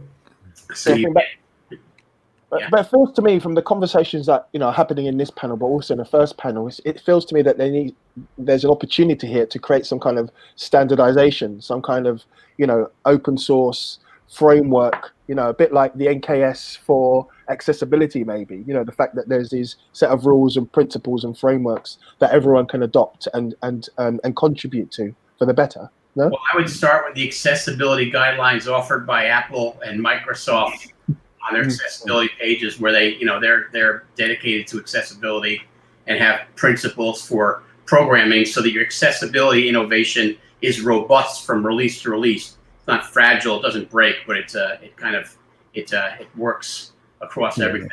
Yeah, I mean, those we certainly use. You know, we use those a lot in our designs, especially for things that are upcoming, because I say it's increasingly become part of the DNA of the products in the company, which is where you want to be. I mean, it isn't perfect. I mean, don't get me wrong, it's still challenging.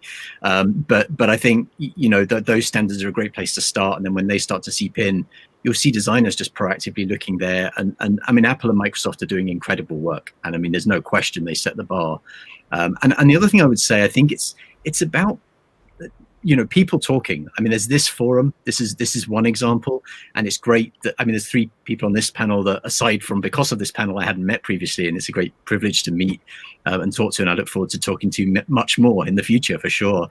But it's also about companies talking to each other, you know, and I think I was coming from Avid, sure, but Ed helped. I don't know if he knows, but Ed did help me quite a bit when I was in the early stages of working on this topic at NI.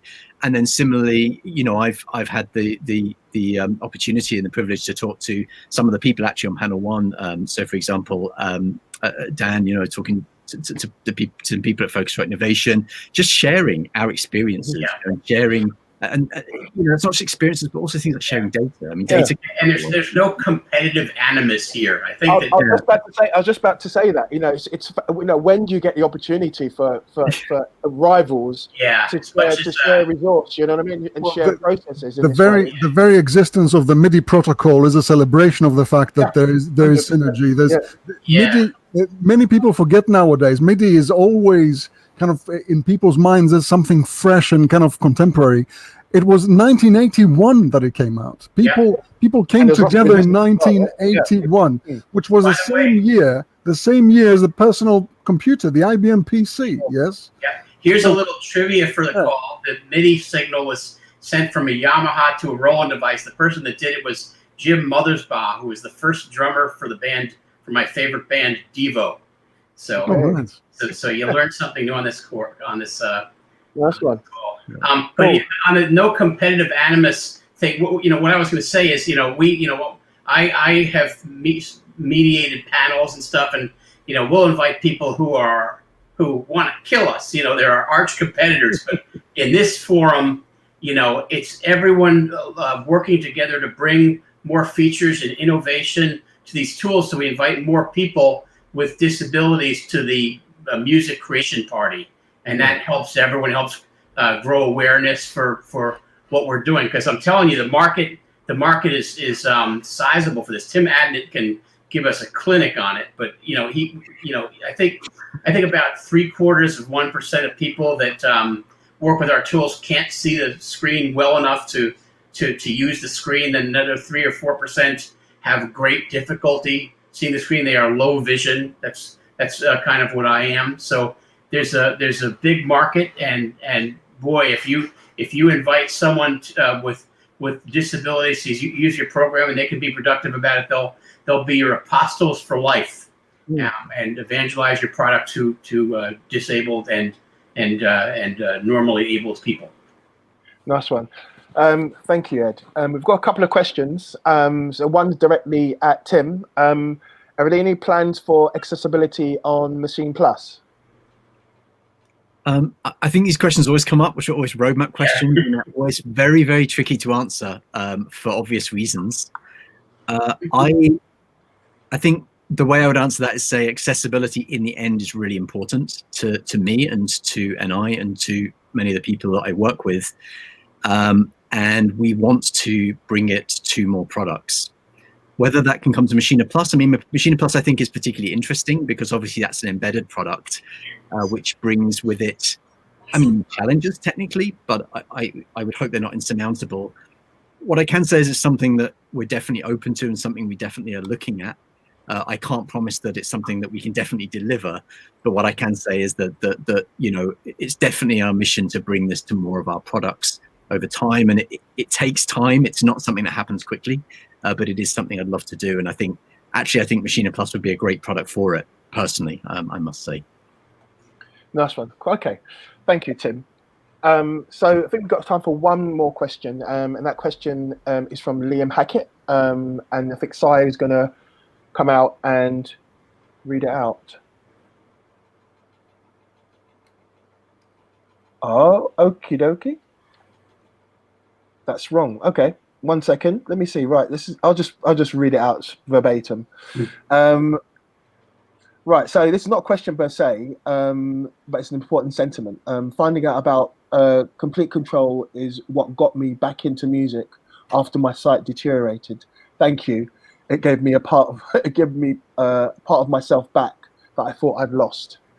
So that's a real testament to this work that you're creating. So thank you everyone for being part of this panel. I think to conclude, so on this road to normalizing the conversation, what does the future hold for you guys? It feels to me that, particularly after having this range of panels, it's a really positive space. It's a very open space. It's a very exciting space and it's evolving space. What would you like to see happen on this road, continuing road to normalizing the conversation? Maybe I'll go with Evangelos first. Well, I would like to see the conversing about normalization discussion, as mentioned. But I would also like to see a continuation of what has been happening today. I feel extremely privileged to have been part of this. I'm in awe and I have great respect for what Jason has managed to do. I mean, to be in the presence of all of these people today, representing colossal bodies of music technology that I will soon be emailing, asking for special prices and favors, is a huge thing. This is a groundbreaking thing that we're doing today, and I think that the important thing is just to continue this conversation. It's the conversation that is the important thing. Indeed. Mary? Yeah, what I want to see happen next is I want to see the musicians themselves. I want to see much more of individual musicians who are engaging with technology or with innovation. I want them to be very visible and present, as well as the amazing expertise that we've had through the presentations today. They need to be representing themselves and other musicians who are currently not visible to the industry. We need far more visible, diverse representation through musicians speaking to people like me. I'm not a musician. I need to kind of see it to understand exactly how powerful it can be to see some of this technology in action. And Jason's a wonderful example of that. He's been able to show it in a very, very tangible way. And I think we need more of that. Nice one. Thank you. Mr. Yates? First of all, I'd really like to echo Mary Alice's what Mary Alice just said. It's really important to have disabled representation at every level of this, and actually the goal of this is music making, not tech. And we want music to be coming out at the other end of this, and that's the most important thing. I think the other thing with this, really to maybe emphasize what's been said already, is that accessibility is not a goal. It's not something we achieve. It's a process, and it's going to be a continual process that's going to go on, and it just needs to be a continual part of a conversation that's always happening, that's always part of what's happening. There's always another instrument, another bit of accessibility that can be done. And I think that it's not something that you can say, right, we have now achieved accessibility. It's something that you just kind of build into the way that you do everything that you do, and you just kind of do that forever, and I think that's what I would like to see ultimately. Nice one. Thank you, Tim. Tim? It's always complicated having two Tims on one panel. I think I did. Yeah. I mean, I would certainly, I would echo everything that's been said already. I think, something that I'd very much like to see along with those things, I'd certainly like to see events like this actually, and this conversation happening more frequently. Because I think what tends to happen, and I've had a conversation with a few people about this, there's events like this, there's NAMM, there's ADC, I spoke at MoFest, there's various sort of moments in time where this becomes a topic that is discussed, and then it can go quiet for a long time. And that's not because people want it to, especially the people here. but I think it's true of really most people. But rather, I think, it's an interesting thing, and Jason mentioned it earlier. We are in a world now that has been changed over the last year. And I think one of the things that's changed is that events like this being online, I mean, I know Jason wants to do this in person, but having it online, that has its upsides too. And I just wonder if we can find ways to continue this in such forums, throughout the year, so that it really remains something that we're talking about all the time, rather than then going into our corners and maybe talking one-on-one to each other, which is of course also fantastic. And Ed and I speak relatively regularly, actually, through some of the beta topics with Pro Tools and so on. But to talk in these groups, I think it is always not only inspiring, but I think also just very important to hear these different perspectives, and they trigger thoughts in your mind that you can then take with you. And that's something I'd very much like to see happen more often. Awesome. Thank you, Tim. Let's lastly, Ed. Yeah, so I agree with Tim. I don't think there's anyone among us that doesn't think we could create some sort of a quarterly online event that has a demonstration of accessibility to products, plus some other business or technical or development topic. And if we can try to commit as a group to doing that, I think that would be great. And then you get to a point where you'll kind of build this self-perpetuating audience, I guess, where people will be like, what's new on this forum this quarter? What are they going to talk about now? And you'll kind of build and establish an audience. So I'd like to issue a call for that. I think this forum is great, and the more people, the better. And then as far as future development and direction and kind of generic things I want to see happen, well, I want to see messaging about accessibility that is more than just inspiration porn. There's a great TED talk on inspiration porn where people say, you're the greatest, you're number one, you can turn a lever and make this volume go up and down because you're special. And instead, just make it part of the universal access to applications and tools where everyone can walk up and use it the same way. And then along the same lines, we should work to unify messaging about the business opportunity, because it's wonderful that people are developing accessible products to do good and help their fellow person out and achieve these great social things. But it's also a way to build your business and to drive people to your products, improve your brand reputation, and then that flows into my next wish, which is that companies kind of take the time to adopt accessibility as this multidisciplinary and organic process. So you're not just, again, ladling on accessibility improvements to your website and making these changes to your application or adding Braille to your buttons here, but you're thinking about the features people want and considering them early in the design and development and documentation process. Wonderful. Yeah. Thank you very much, Ed, and thank you all, Mary, Tim, Evangelist. Thank you all much for your time. It's been amazing. Thank you so much. Thanks, Tony. Thank you, Tony. Thanks, it's been great. Bye, everyone. Bye. Bye-bye. Okay, so wow, thank you, panel 2. And that was, I sat back in awe, Sarah and myself. We just sat back listening in awe, and wow, it's so, I don't know what to say. So I'm not going to say anything because I'm very emotional now, but I can't say anything but thank you. So maybe I'll just give you a couple of my thoughts about everything we said here. I want to echo what Ed was saying, and this is personal. This is my personal thought.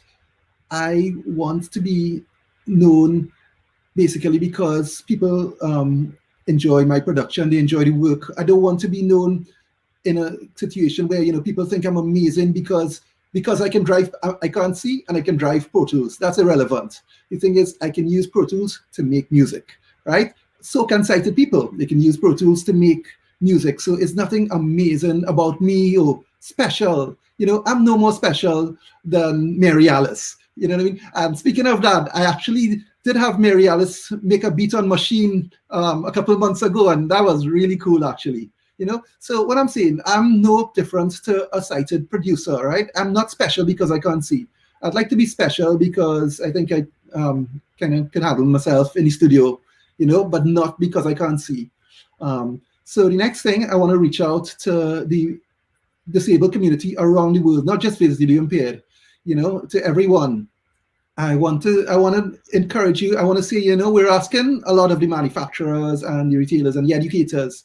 I want to say, I said it before in the first panel, but I want to encourage, you know, the visually impaired community and, you know, colleges who make investments in equipment and gear and everything to support the manufacturers when they make their products accessible. Go out, buy the projects, support them, let them have a positive experience, you know, with their return on investment. You know, it's up to us to make that happen for them. And I want to say for my final point is the word is getting out there. You know, we've seen a lot of growth in accessibility, actually. I just learned of a studio in Dorset that's about to open. I think they're opening in March, you know, hopefully they would line up with when the lockdown is over. The name of the studio is Echo Town, and it's a first-class facility. It's an SSL-based studio, you know, so they have a nice SSL-J console, and I heard they have a lot of nice outboard gear, and, you know, and after the webinar we recently did with Avid, I was invited to do a webinar by Avid. They sent me a message to say that, you know, they decided they wanted Pro Tools as their main DAW of choice. You know, it's a very expensive studio, you know, the best of the best in terms of gear, and they're going for a full Pro Tools HDX rig. And they said, you know, they are invested in Pro Tools because they, after seeing my presentation, you know, they wanted their studio to be fully accessible. Right, so the word is getting there. So great one, Ed and team of Pro Tools, Dave Tyler here in the UK, and all the amazing people at Avid. So, you know, the conversation is being normalized. I've seen so much growth in accessibility, you know, in conversations, and, you know, since I've been here since October last year, 2019, and, you know, the conversation is driving forward, and I expect amazing things this year. So with that said, I think it's time to go to some entertainment. So we have a little surprise for you. And as Tim Adnett pointed out, you know, with the technology moving on, you know, there are a lot of amazing things we could do. So I did something with my friend Johann Chuckaree from thousands of miles away, virtually. He's a pannist, so he plays steel pan, and we did something together that, you know, with hope will put a smile on your face and, you know, take you into the rest of this Friday evening. So Sarah's going to come on just after that, you know, to give her vote of thanks. So this is my thank you to you, and let's continue to make things happen. Let's continue to normalize the conversation. So you're going to have an entertainment item, and then Sarah's is going to speak to you for a minute. So thank you guys so much, and we'll talk really soon.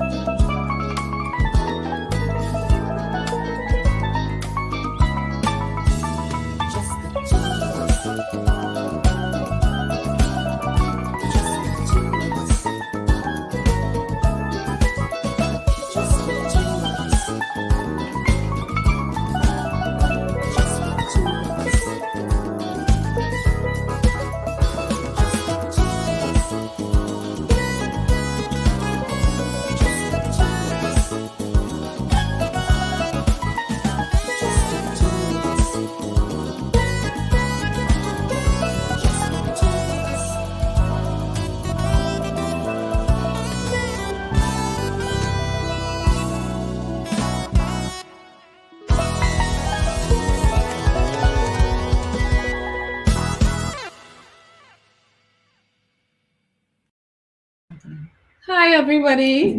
I'm Sarah, I'm Jay's wife, and I also work at Digit. And I'm just here to give a vote of thanks to everyone who has been so generous with their time and their expertise to be a part of this today.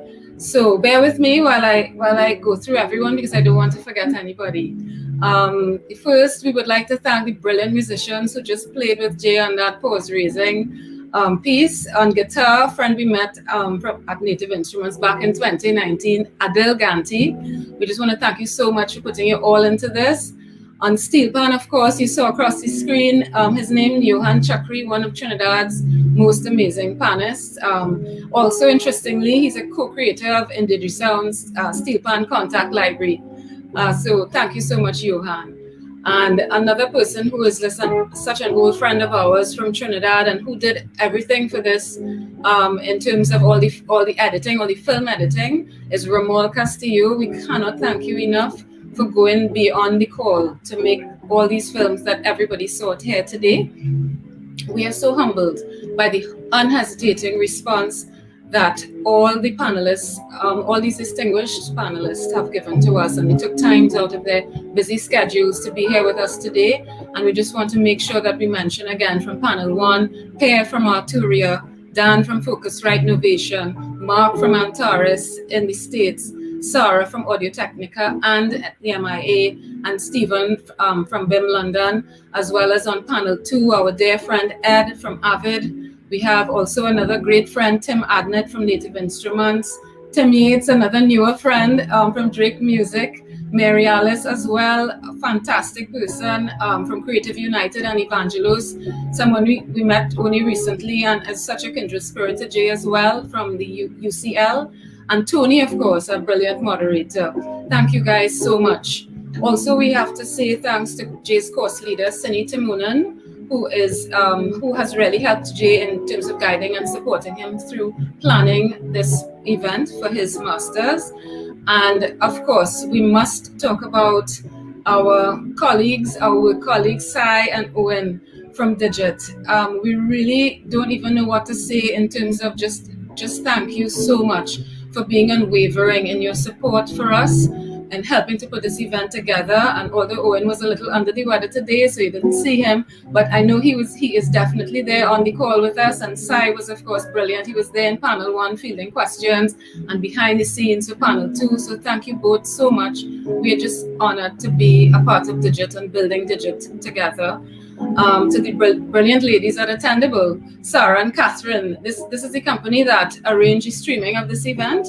They have been super professional, they have been patient, and they have been cheerful through all of it, all our last minute things. They really, really were fantastic, and we highly recommend them to anybody doing an online event. And finally, I would like to thank you, the audience, for taking the time out of your busy afternoon, these 2 precious hours that you spent with us. We really are grateful from our family members to people that we haven't met yet.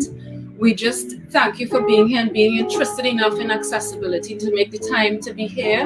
And just keep in mind that this is the first event of many, as so many on the panels said, especially in the later panel, we're talking that this has to be something ongoing, and we definitely are going to meet again. So I think you all should put, a tentative date in your calendar for next January this time, to really continue this conversation and keep it going.